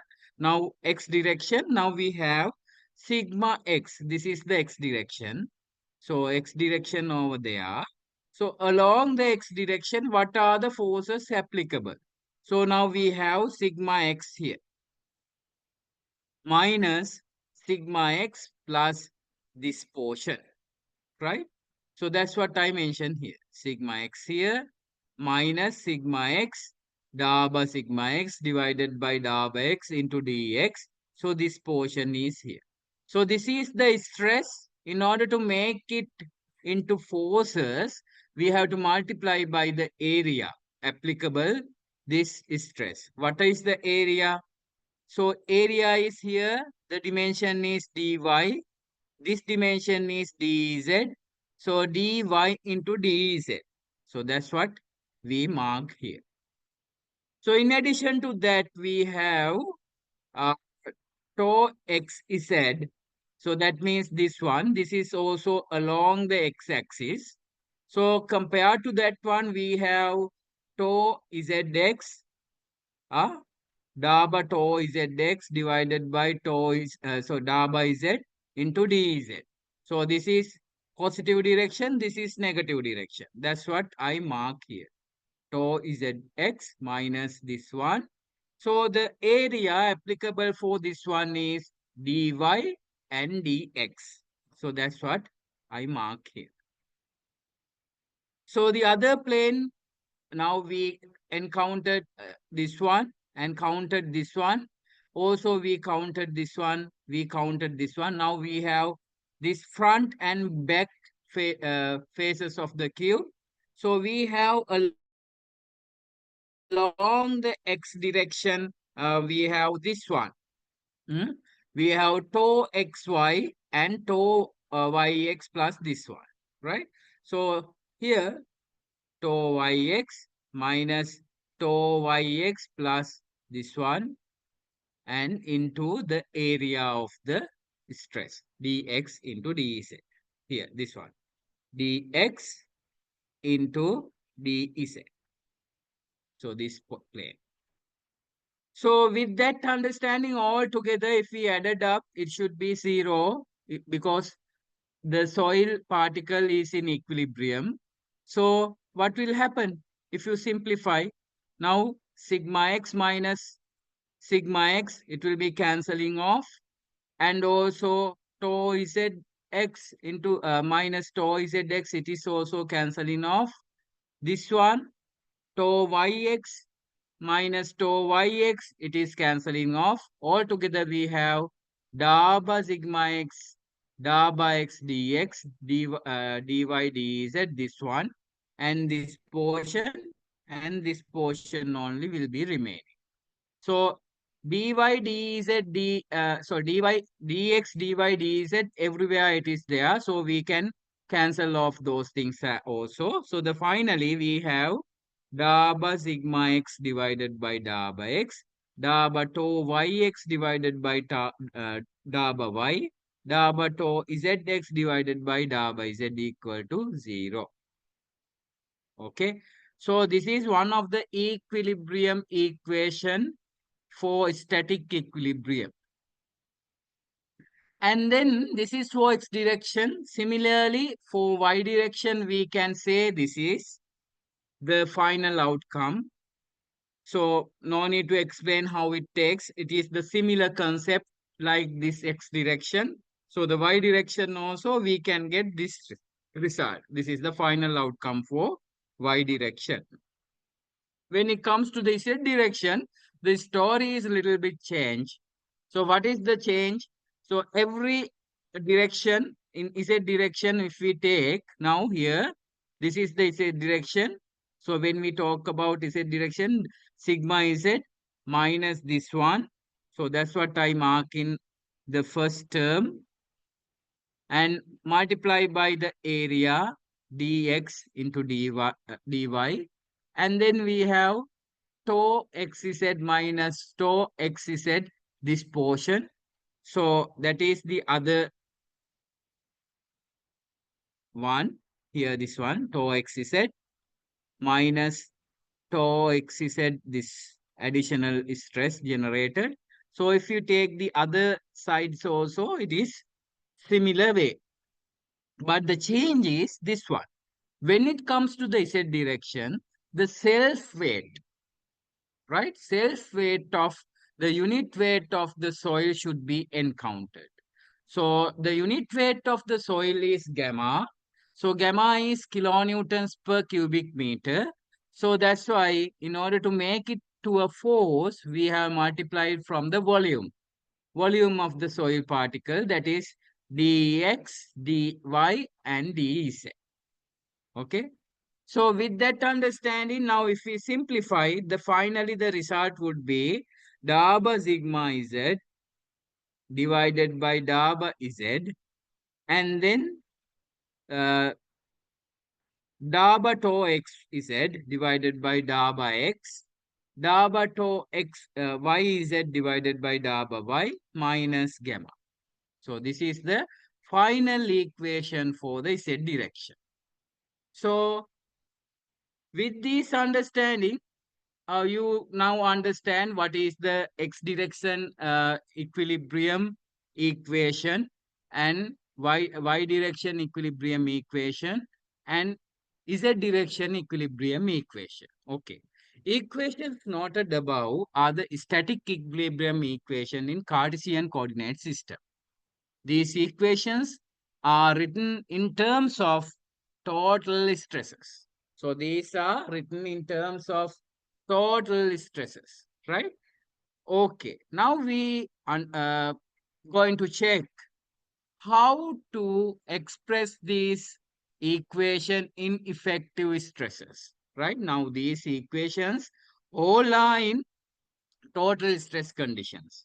Now we are going to check how to convert these equations into effective stress conditions, right?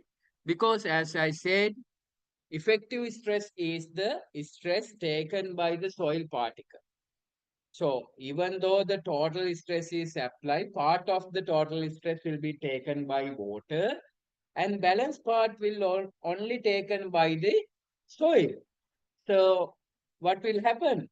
So the engineering properties and everything will be governed by these uh, effective stress conditions. So it's really much important for you to generate the equations in effective stress conditions rather than keeping the total stress conditions, right? So that's why we are going to check how these equations, which we have derived short while ago, how we can convert those equations into effective stress conditions. Okay. Now here, sigma x is equal to sigma dash x plus u. So that is obvious what we have discussed short while ago. So the total stress is equal to effective stress plus pore pressure. In other words, if you apply 100 newtons per millimeter squared on the soil body, and if the pore water pressure is 20, balance 80 will be applied on the soil, so that the forces which is only applied on the soil is called as the effective stress. So that effective stress is denoted as sigma dash x. And as you know, U can be represented by gamma WH. Gamma W is the unit weight of water. H is the pressure head, you can say the height of water, right? So with that understanding, we will proceed. Now we have sigma x divided by delta x. So if you have this total stress term, this total stress term can be represented with effective stress term with this total stress is equal to effective stress plus the pore pressure. So this total stress has been replaced with effective stress plus pore pressure. So the derivatives are given there, da bar divided by da by x and da by h divided by da by x. It is similar equation to this one. What we have done is we have make a derivative for. So now here da by x divided da by sigma x divided by da by x has been replaced with this 4. Similarly, for y we have this one, and for sigma z we have this one. So you know now what to be replaced for the daba sigma x divided by daba x, what to be replaced for the daba sigma y divided by daba y, what to be replaced for the daba sigma z divided by daba z. So all these are the total stress. So you have derived this total stress into the effective stress conditions like this. Okay. So now we have our derived equations like this. No, so this is for z direction, this is for y direction, this is for x direction. So this x direction, all these things are in total stress conditions. So what you have to do is this total stress have to be replaced with effective stress conditions with these derivations, right? So the final result will be like this. So now we have all the effective stress conditions for sigma dash x, sigma dash y, sigma dash z. So similar equations which we have derived, same equations, what we have done is we replace these total stress conditions into the effective stress conditions. Okay, right. So now these soil mechanics problems can be solved with two-dimensional stress conditions.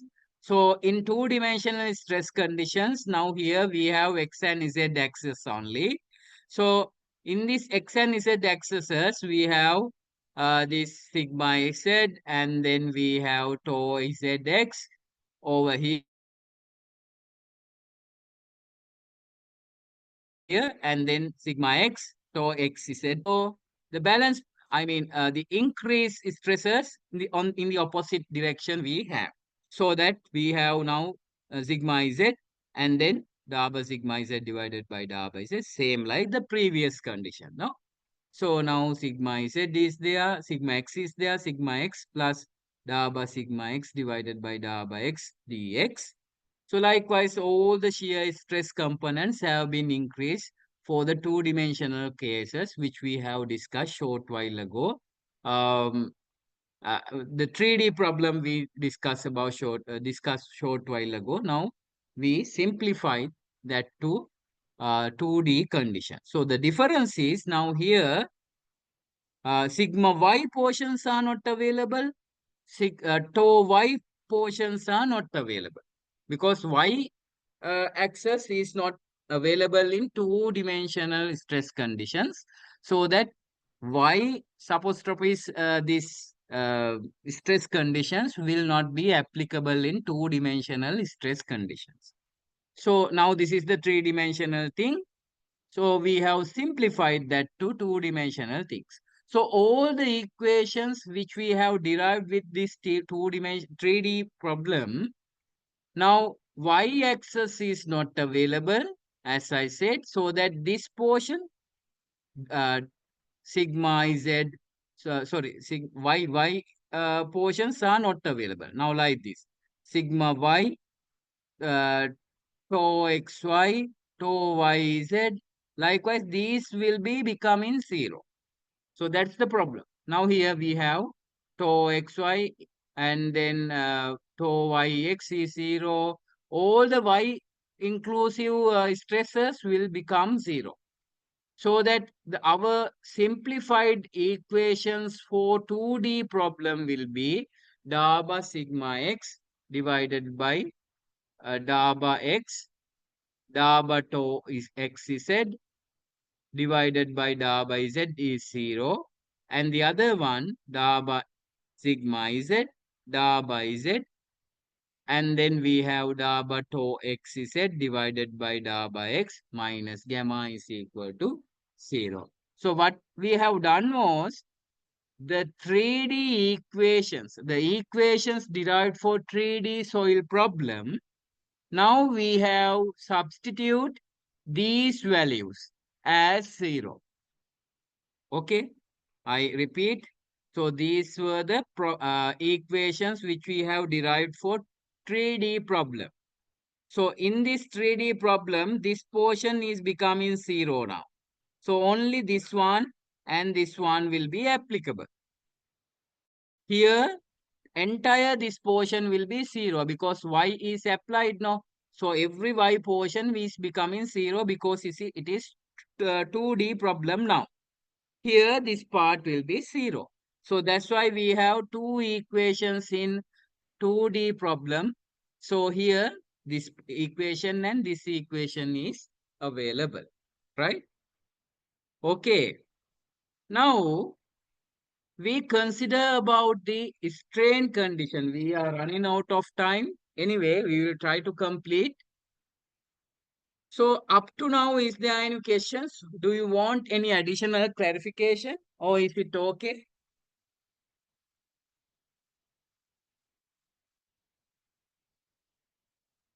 If it is not clear, please let me know. I will show you a certain additional clarification. I will clarify.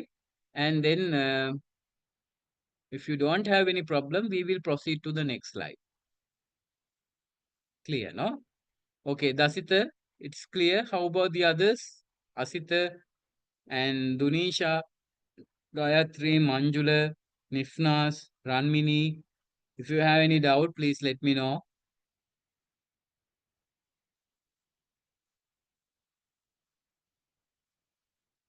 Oh, so here what we have done is the 2D stress condition, or as we say this as plane stress conditions. So in this plane stress conditions, so what is the difference is all the equations derived for this 3D problem. Now y-axis we will not consider, only the x and z-axis.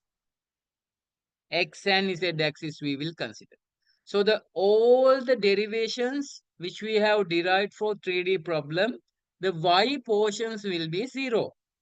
So the same equations we will substitute 0 for each y portions.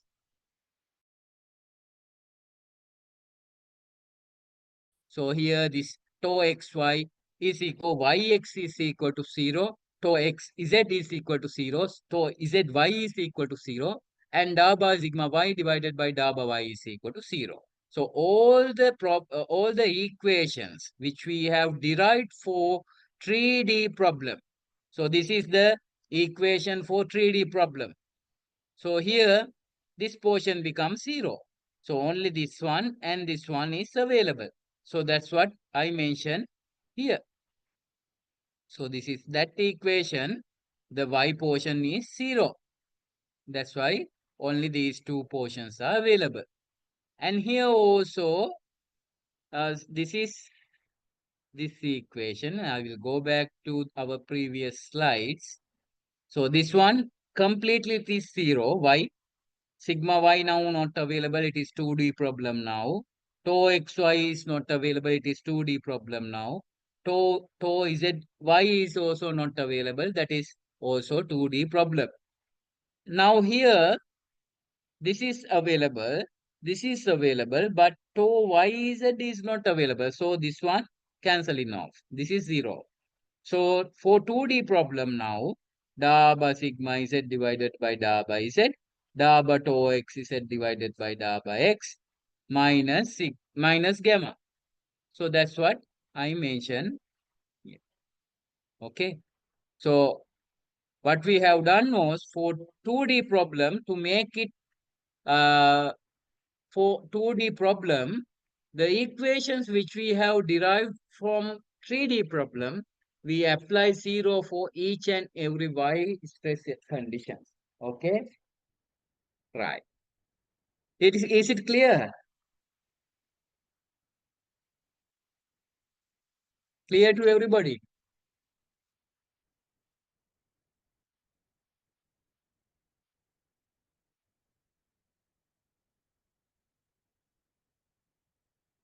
Hmm? Okay. Right. So I will proceed on that. Because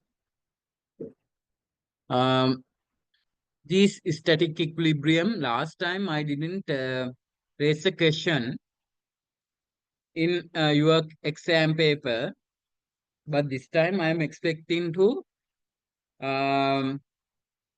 set a question from this area. So if you have any problem regarding these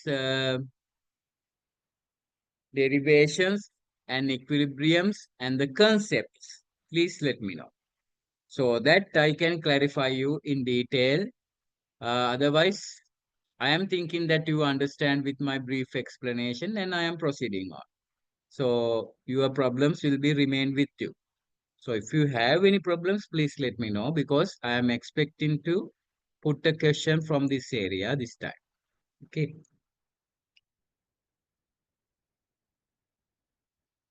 Now, a kind of new session that is concept of strain, right? Okay. Now, this is a kind of soil element. Okay. So, A, B, C, those are the denotions of this soil element. So this is a 3D soil element, that is obvious, because X, Y, Z axes are mentioned there. And the dimension of this side AB is dx, and dimension of AC, it is dy, and the depth has been dz, right? So this is the soil element. So what happened now, as a result of the stress, now this is the previous situation, AB, and this is the AC, the top view of the soil sample. So only X and Y axes are there. So the plan view, we are now referring to the plan view. So as a result of stresses, what will happen? This A has been shifted to the A dash position and B has been shifted to B dash position. A has been shifted in U dimension. Also, B has been shifted to U plus certain additional distance. That means what?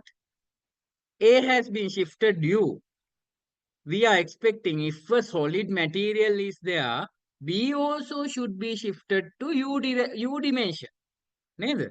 දැන් soil element එකක් තියෙනවා නම් අපි forces apply කරනවා නම් ඒක shift වෙන්න පුළුවන් external force එකක් apply කරනවා නම්.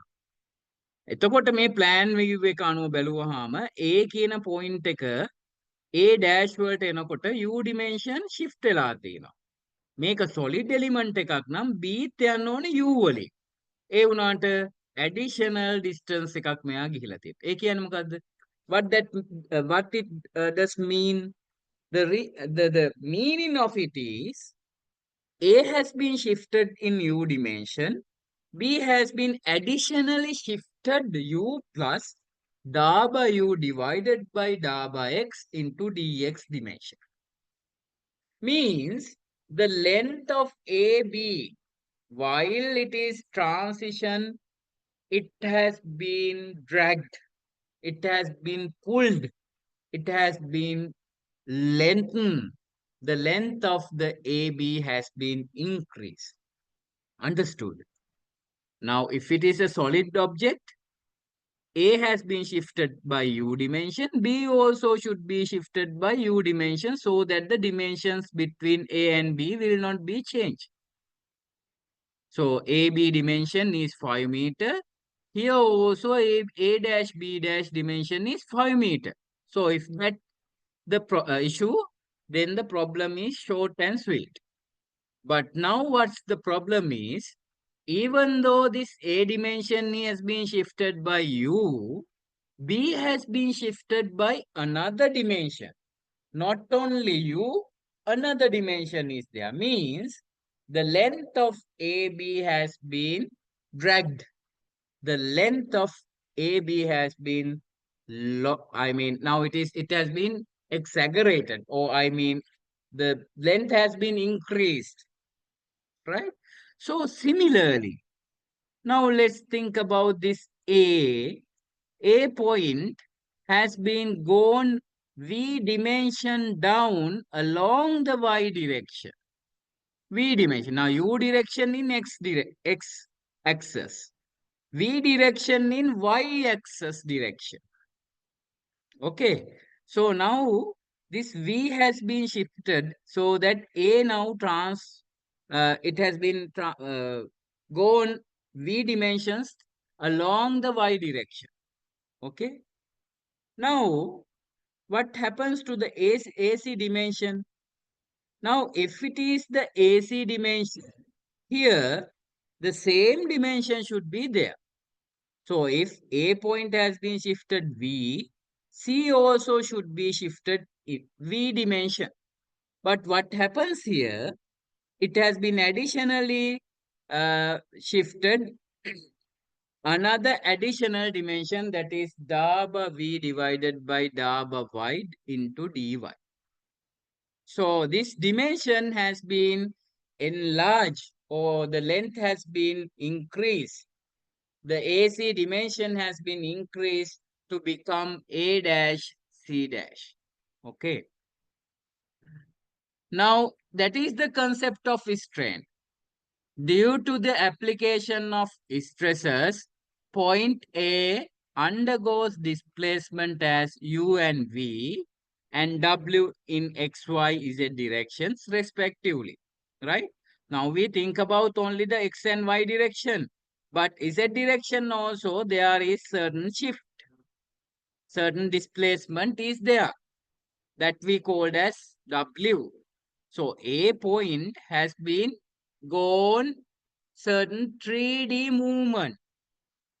V dimension in y-axis, U dimension in x-axis, and then Z dimension from Z-axis, W dimension in Z-axis direction.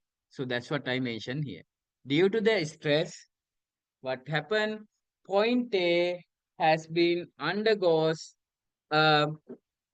displacement as U, V, and W in X, Y, and Z directions respectively. right?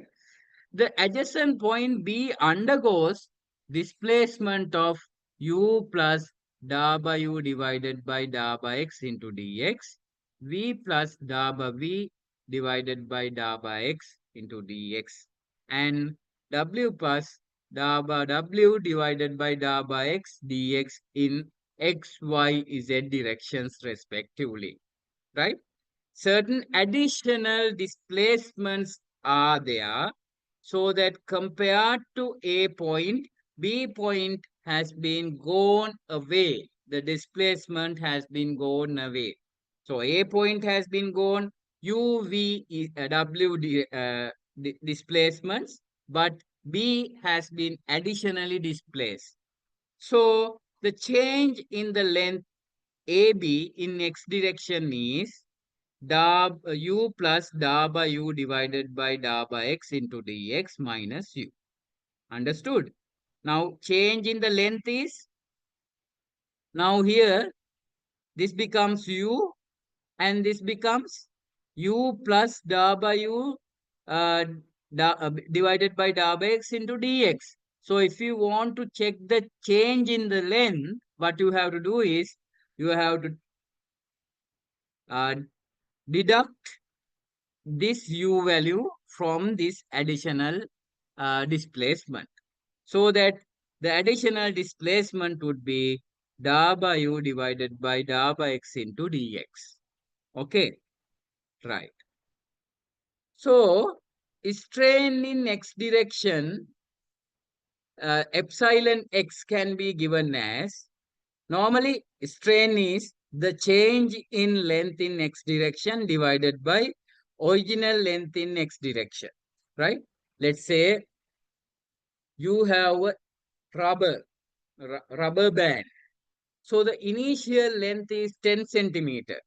So if you pull, the additional length increment is 5 centimeter. So that the total length is 15 centimeter. So what is the change in the length? 5 centimeter. The original length is 10 centimeter. 5 divided by 10, 0.5. That would be the strain in x direction. Understood?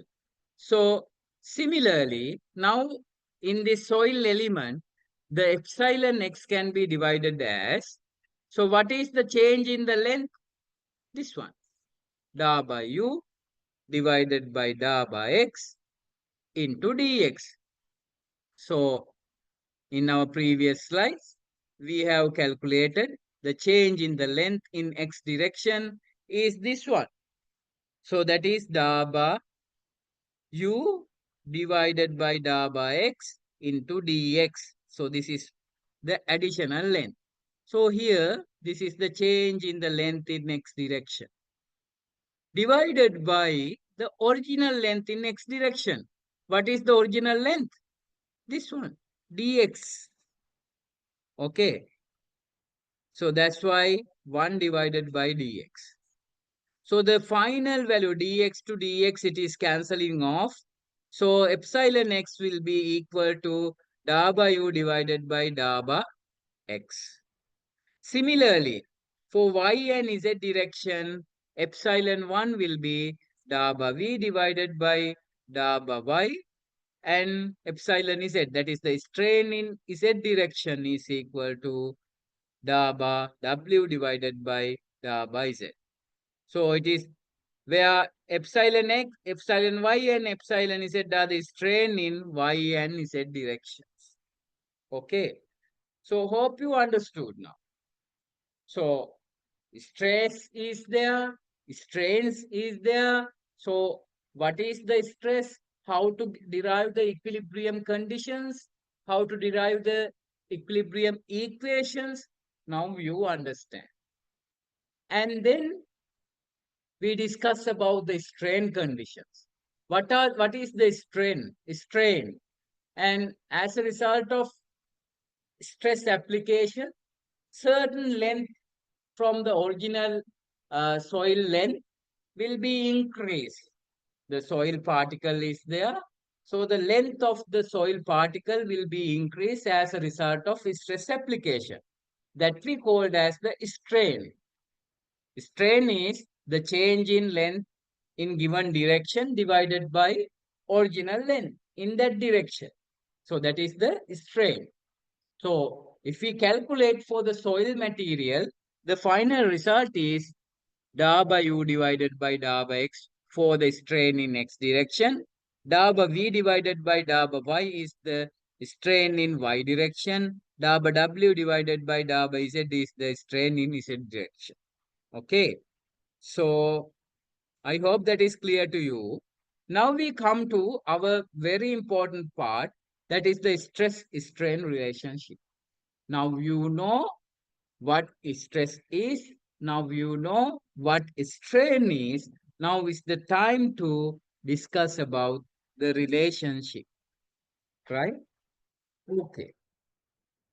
The axial strains for ideal elastic isotropic material in terms of stress components are given by Hooke's law, right? So you know Hooke's law in many topics. You may come across the Hooke law. So the strain is equal to stress divided by elastic modulus. That would be the Hooke's law. So Hooke's law, if you make it elastic modulus in your left hand side of the equation, that would be stress divided by strain. Okay. So elastic modulus is equal to stress divided by strain. So for uniaxial situation, strain epsilon x is equal to 1 divided by E, that is the elastic modulus, into sigma x. Uniaxial means only one axis is there, x-axis or y-axis or z-axis, whatever it is, only one axis is there, right? So in such situation, epsilon x, that is the strain in x direction, is equal to 1 divided by E sigma x. So that is for uniaxial situation. But for 2D dimensions and also 3D, we may have to study what is the equation. For 3D soil element subjected to stresses sigma x, sigma y, and sigma z, the strain components epsilon x, epsilon y, and epsilon z are related to stresses using following relationships, right? So these are the relationships for epsilon x and sigma, right? So you see now epsilon x, we know dA by U divided by dA by X. Previously we calculated, no? See, epsilon is equal to dA by U divided by dA by X. Epsilon y, dA by V divided by dA by Y. Epsilon Z, dA by W divided by dA by Z. Now we are going to combine these strain conditions with the stress, right? So now it is like this. Epsilon x, that is the strain in x direction, is equal to the previously derived equation is this. But if you are going to combine with this stress, now we have the Hooke's law. According to the Hooke's law, it is epsilon x is equal to 1 divided by E and the stress components. For uniaxial conditions, epsilon x is equal to 1 divided by E sigma x, same like this. Strain is equal to stress divided by elastic modulus. Similarly, strain epsilon x, elastic modulus 1 divided by E, and then we have the stress sigma x. But for 3D problem, it is somewhat different. Epsilon x is there, 1 divided by E is there. In addition to that, stress has been incorporated, all right? Sigma x is there because it is x, sigma x is here. And minus, there's another foreign property. Okay, I will discuss this one later. And then we have sigma y, sigma z. Okay. So the epsilon x will be generated with all three stress components. Sigma x, since this is x direction, sigma x is directly cooperated, but this one, sigma y and sigma z, the other direction normal stresses, those things will be cooperated with the Poisson's ratio. So this foreign material, foreign property is Poisson's ratio. Okay. So same like uniaxial situation. This is similar to uniaxial situation, but the stress component is now modified because 3D stress conditions, three sides are there with three direct stresses. So these normal stresses sigma x, sigma y, and sigma z, those have been combined with the Poisson's ratio. Similarly, epsilon y is equal to 1 divided by E, that is the Young's modulus or elastic modulus. And since this is epsilon y, we have sigma y here. And the other two stress components have been combined to the equation with the Poisson's ratio. Similarly, for epsilon z as well. So this is the strain in z direction. So 1 divided by E, that is the Young's modulus, and sigma z minus Poisson's ratio, and other two stress components have been combined with this Poisson's ratio. Okay.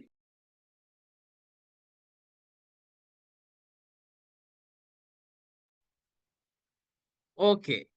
So hope you understand these stress conditions and strain conditions, how those are related with the Hooke's law application.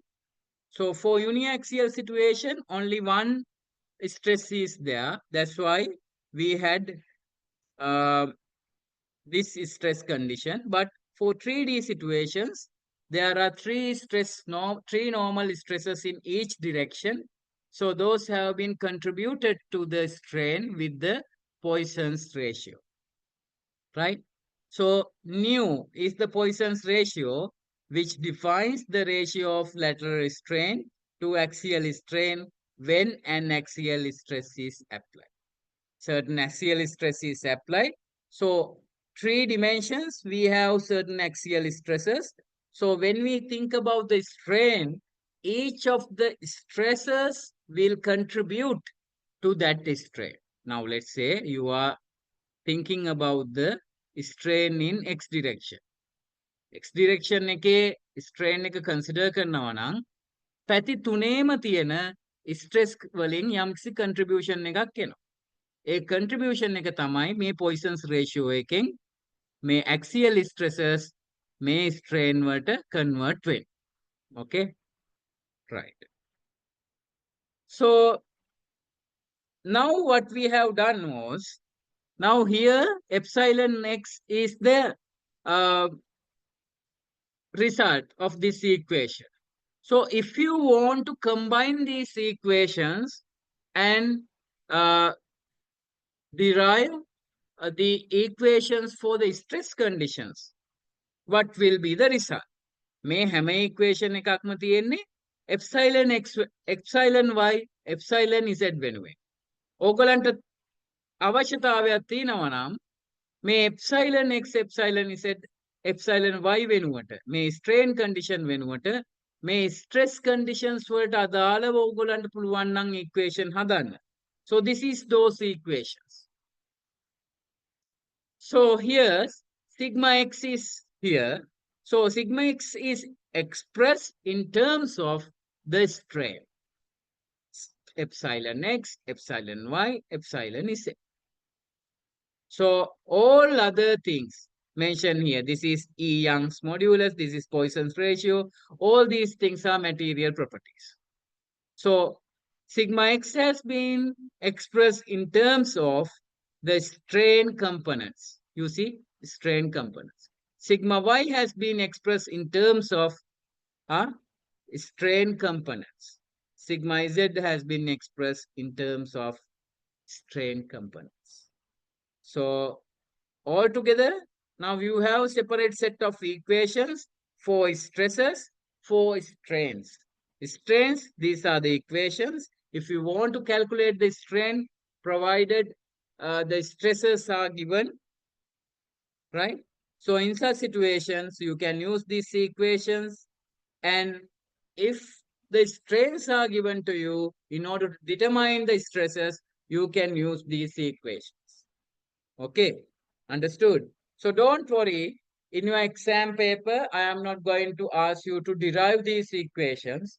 I'll be giving you certain equations with certain data, and then you are just needed to understand what are the equations I should use, and what is these properties inside this, what is denoted by V, what is denoted by E, what is denoted by sigma epsilon X. Likewise, you have to understand. And then you have to use the properties, you have to use these values given by me in the question paper and get the result. That is expected from you. Okay. So I am not going to ask you to derive each of these equations. Very simple equations I will ask you to derive. In addition, if I want to check your knowledge on this area, I will give you all the equations in the question paper. Plus, I will give you all the values. You just need to plug all the correct values in the correct form so that final result should be obtained. Okay, that is what I expect from you. Some basic equations like equilibrium equations, such things I may be asking you to derive in the exam paper, but the equations like these, I am not going to ask you to derive. I will give you in case I want, and I will give you some values also. What you have to do is use the correct formula, use the correct values, and get the final result. Okay, right. So now we have the plane strain problems. Now these are all 3D. So what is mentioned here? All planes are available in 3D model: X direction, Y direction, and Z direction. Now we are discussing about plane strain problems. So a state of stress generally encountered in many problems in soil mechanics is the plane strain conditions. Normally we are dealing with plane strain conditions. Long retaining walls and stiff foundations are the examples where the plane strain conditions are encountered. Normally, for retaining walls, for stiff foundations, we are using the plane strain conditions. So in that situations, epsilon y becomes 0 because y is 0 in case of plane stress. 2D cases, we usually make y direction 0. Right? So these are the previous equations, right? So epsilon x is this equation, epsilon y is this equation, and epsilon z is this equation, right? So this is equation number 1, this is equation number 2. Since epsilon y direction is 0 now, all y components become 0 now. So that this is 0. Okay, so we will not consider this equation for plane strain conditions, right? So we will now simplify these equations to the plane strain condition. So what will happen now? This is 0, epsilon y is 0, so that sigma y is equal to Poisson's ratio into sigma x plus sigma z. Okay. We will substitute these values to equation number 1 and equation number 2. Instead of sigma y, we will use this portion. So that the finalized equations for sigma x and sigma z from epsilon x and epsilon z from sigma x and sigma z will be like this. I repeat. Now epsilon y is 0, so that sigma y is equal to Poisson's ratio into sigma x plus sigma z. So by substituting this value to equation 1 and 2 above, so this is the equation 1, this is the equation 2. So we substitute that value to sigma y here. So this sigma y value is expressed in terms of sigma x and sigma z. So once we substitute, the epsilon x will be expressed only in sigma x and sigma z value as this, and epsilon z will also be expressed in terms of sigma z and sigma x like this. Okay. So with this, we have 2D or plane strain conditions so that we can use these things in practical situations. Okay. Now we come to our last part of the lecture, right? We have little more time. So we will complete this session. Now, compatibility equations. In plane strain functions as derived above, U and W are not independent of each other. They are not independent. They are dependent on each other, right? So U and W are interrelated, and there must be a compatibility condition among them. So since these are interrelated, these are not dependent on each other. These are dependent on each other. They are interrelated with each other. So because of that thing, there should be a certain compatibility. There should be a certain relationship. So that can be obtained as follows. Now you see, this is the equation we know. So we will differentiate this by twice with respect to z. So if we differentiate this one, what will happen? By z twice, it will be daba square epsilon x divided by daba z square is equal to, now here one differentiation already there, so that if you differentiate this one again twice, what will happen? Daba cube u divided by daba x already there. We are differentiating twice with respect to z, so that daba z square is there. Okay, now we are going to derive certain compatibility equations, right? That's what we are doing. So similarly, if you have epsilon z as daba w divided by daba z, it can also be differentiated twice with respect to x, similar to this one. So I make it x and differentiate twice. Daba squares epsilon z divided by daba x square is equal to daba cube w divided by daba z already there, and we are differentiating twice daba x square. Similarly, we have gamma x z. So we differentiate with respect to x first and z second. So this is the gamma x z value. So first we differentiate with daba x, then we differentiate with daba z. So the value will be this one. Okay. So now combining these equations. Now we have these equations so that we can combine with each other. How to combine? Here we have daba cube u divided by daba x z square. So this is equal to this value. Okay. So now here in this equation we have daba cube u, daba x, daba z square, which is similar to this one. So that for that term, we can substitute this value. So instead of this one, we will substitute this value. Okay. So similarly, now we have this value. Instead of this one, we can substitute this value. So now what happened? Daba square epsilon x divided by daba z square plus daba square epsilon z divided by daba x square is equal to daba gamma x z divided by daba x daba z. Okay. So this is we called as compatibility equation in terms of strain components.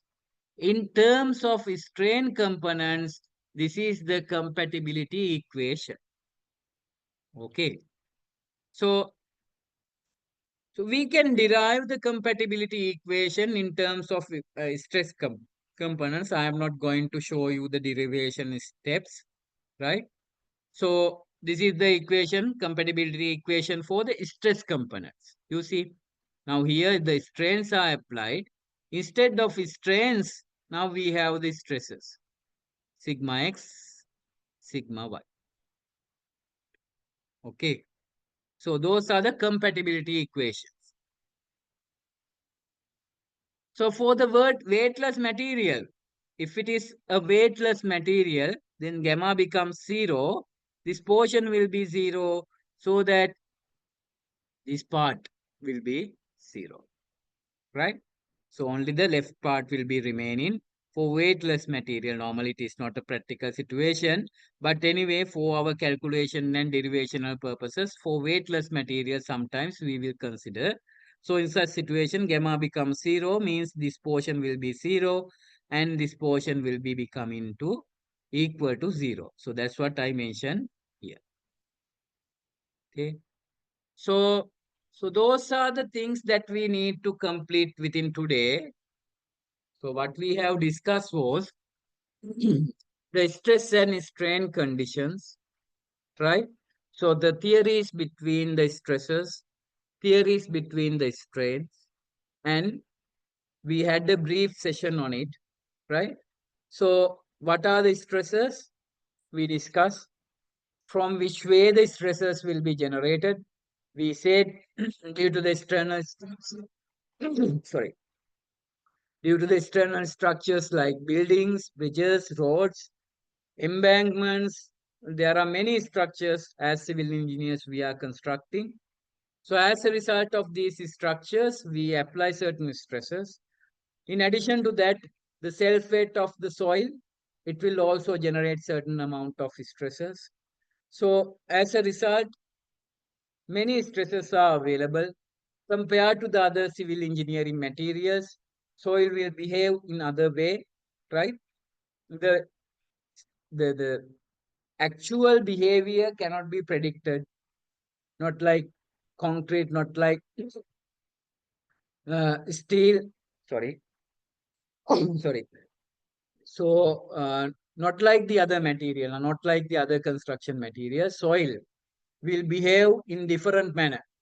So that's why it is become more complex to study this soil as a construction material, right?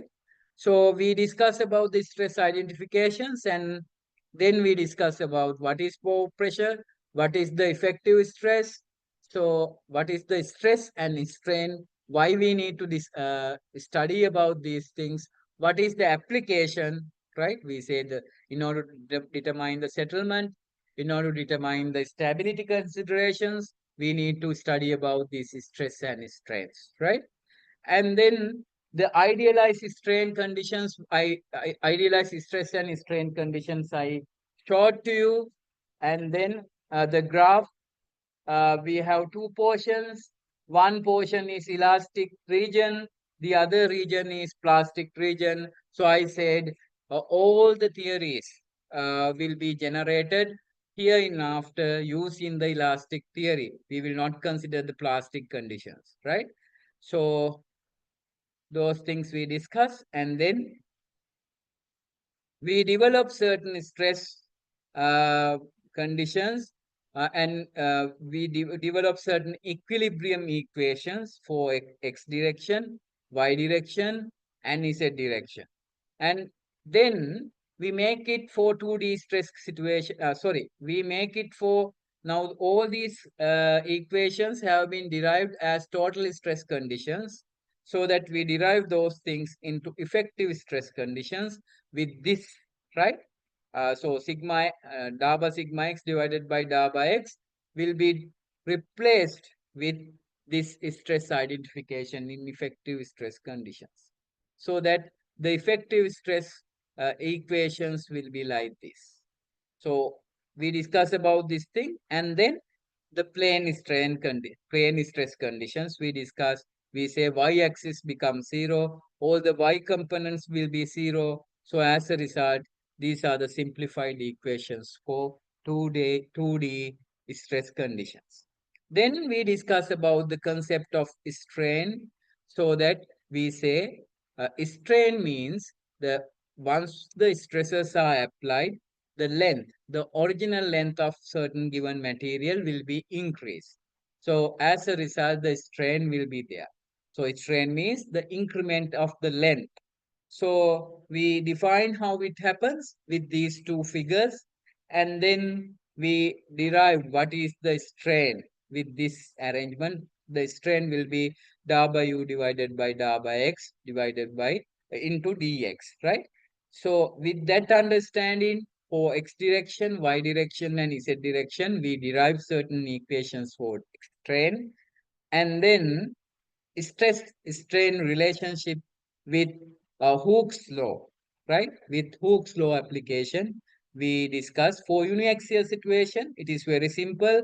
But when it comes to the 3D situation, we have to get the use of Poisson's ratio, right? So that sigma epsilon x is combined with Poisson's ratio, so that the direct strain and the lateral strain will also be considered, right? So the lateral strain consideration for x direction will be given by this.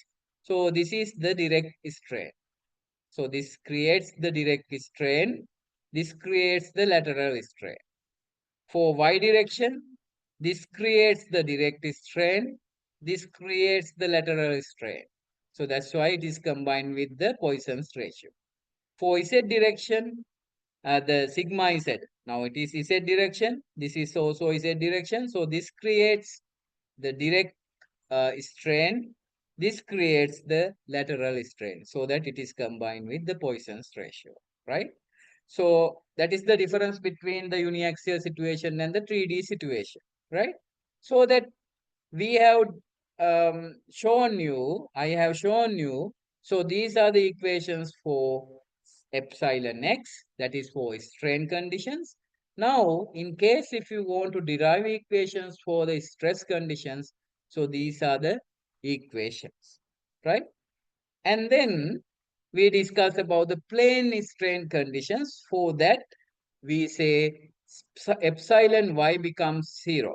It should be 0. So all the equations have been regenerated, so that this is the equation number 1, and equation number 2 will be this one, and this equation which we have derived previously will be 0, because plane strain condition as epsilon y becomes 0. So if epsilon y 0, sigma y will be equal to Poisson's ratio into sigma x plus sigma xz. So that's what I mentioned here, right? So we rearrange the equation number 1 and equation number 2 by substituting this value into equation number 1 and equation number 2, so that the final equations for epsilon x and epsilon z for 2D situation will be these, right? And then compatibility equation at the end, what we have done was, this is the strain. So we have differentiated with respect to Z, with respect to X, and with respect to X and Z. So finally, we have this value with this, we have this equation with this differentiation. So we substitute this, so we substitute, instead of this, we substitute this value, right? Instead of this, we substitute this value, so that the final compatibility equation for strain conditions will be like this. For stress conditions, it will be like this. For weightless material, the sigma value becomes 0, so that the final value for weightless materials will be this one, right? So this is our summary. Now, if you have any question, now it's your time.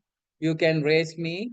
If you don't have any questions, then we will wind up the session.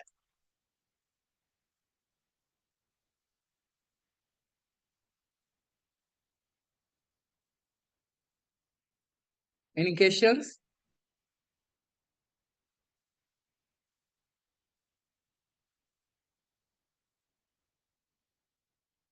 Hmm?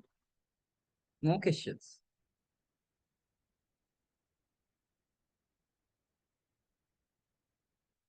ආසිරි ඔක්කොම හරිද? තේරුණාද? ආසිරි, Yes, sir. is it clear? Is it? Yes, sir. Clear. Okay, Dasita, how about you?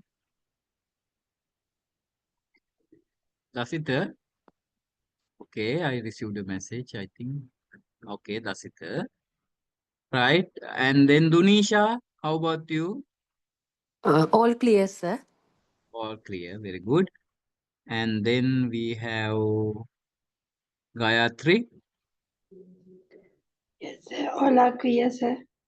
All are clear, very good. Manjula. Okay, sir. Clear.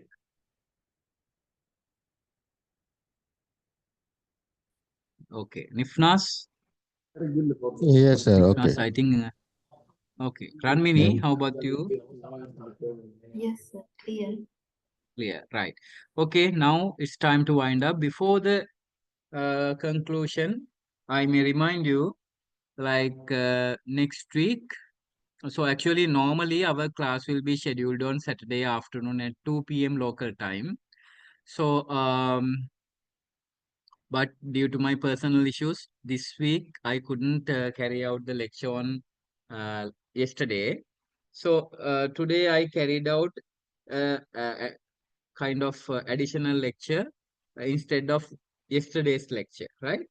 So again, we will be meeting on next Saturday as usual at 2 p.m. and 16th, yes, received the message. Yeah, Nifnas, I will share the notes once I receive access to your Moodle. So I will be uploading all these sessions. So in addition, I was informed by the management, Lincoin management, that the recorded video of the lecture will also be given to you, right? So everything will be clear to you, right? Any other? Okay, okay, Nifnas. Now the other message I need to give you, 15th, as usual, we will be carrying out lectures at 2 p.m. local time, and 16th, right? Back-to-back lectures.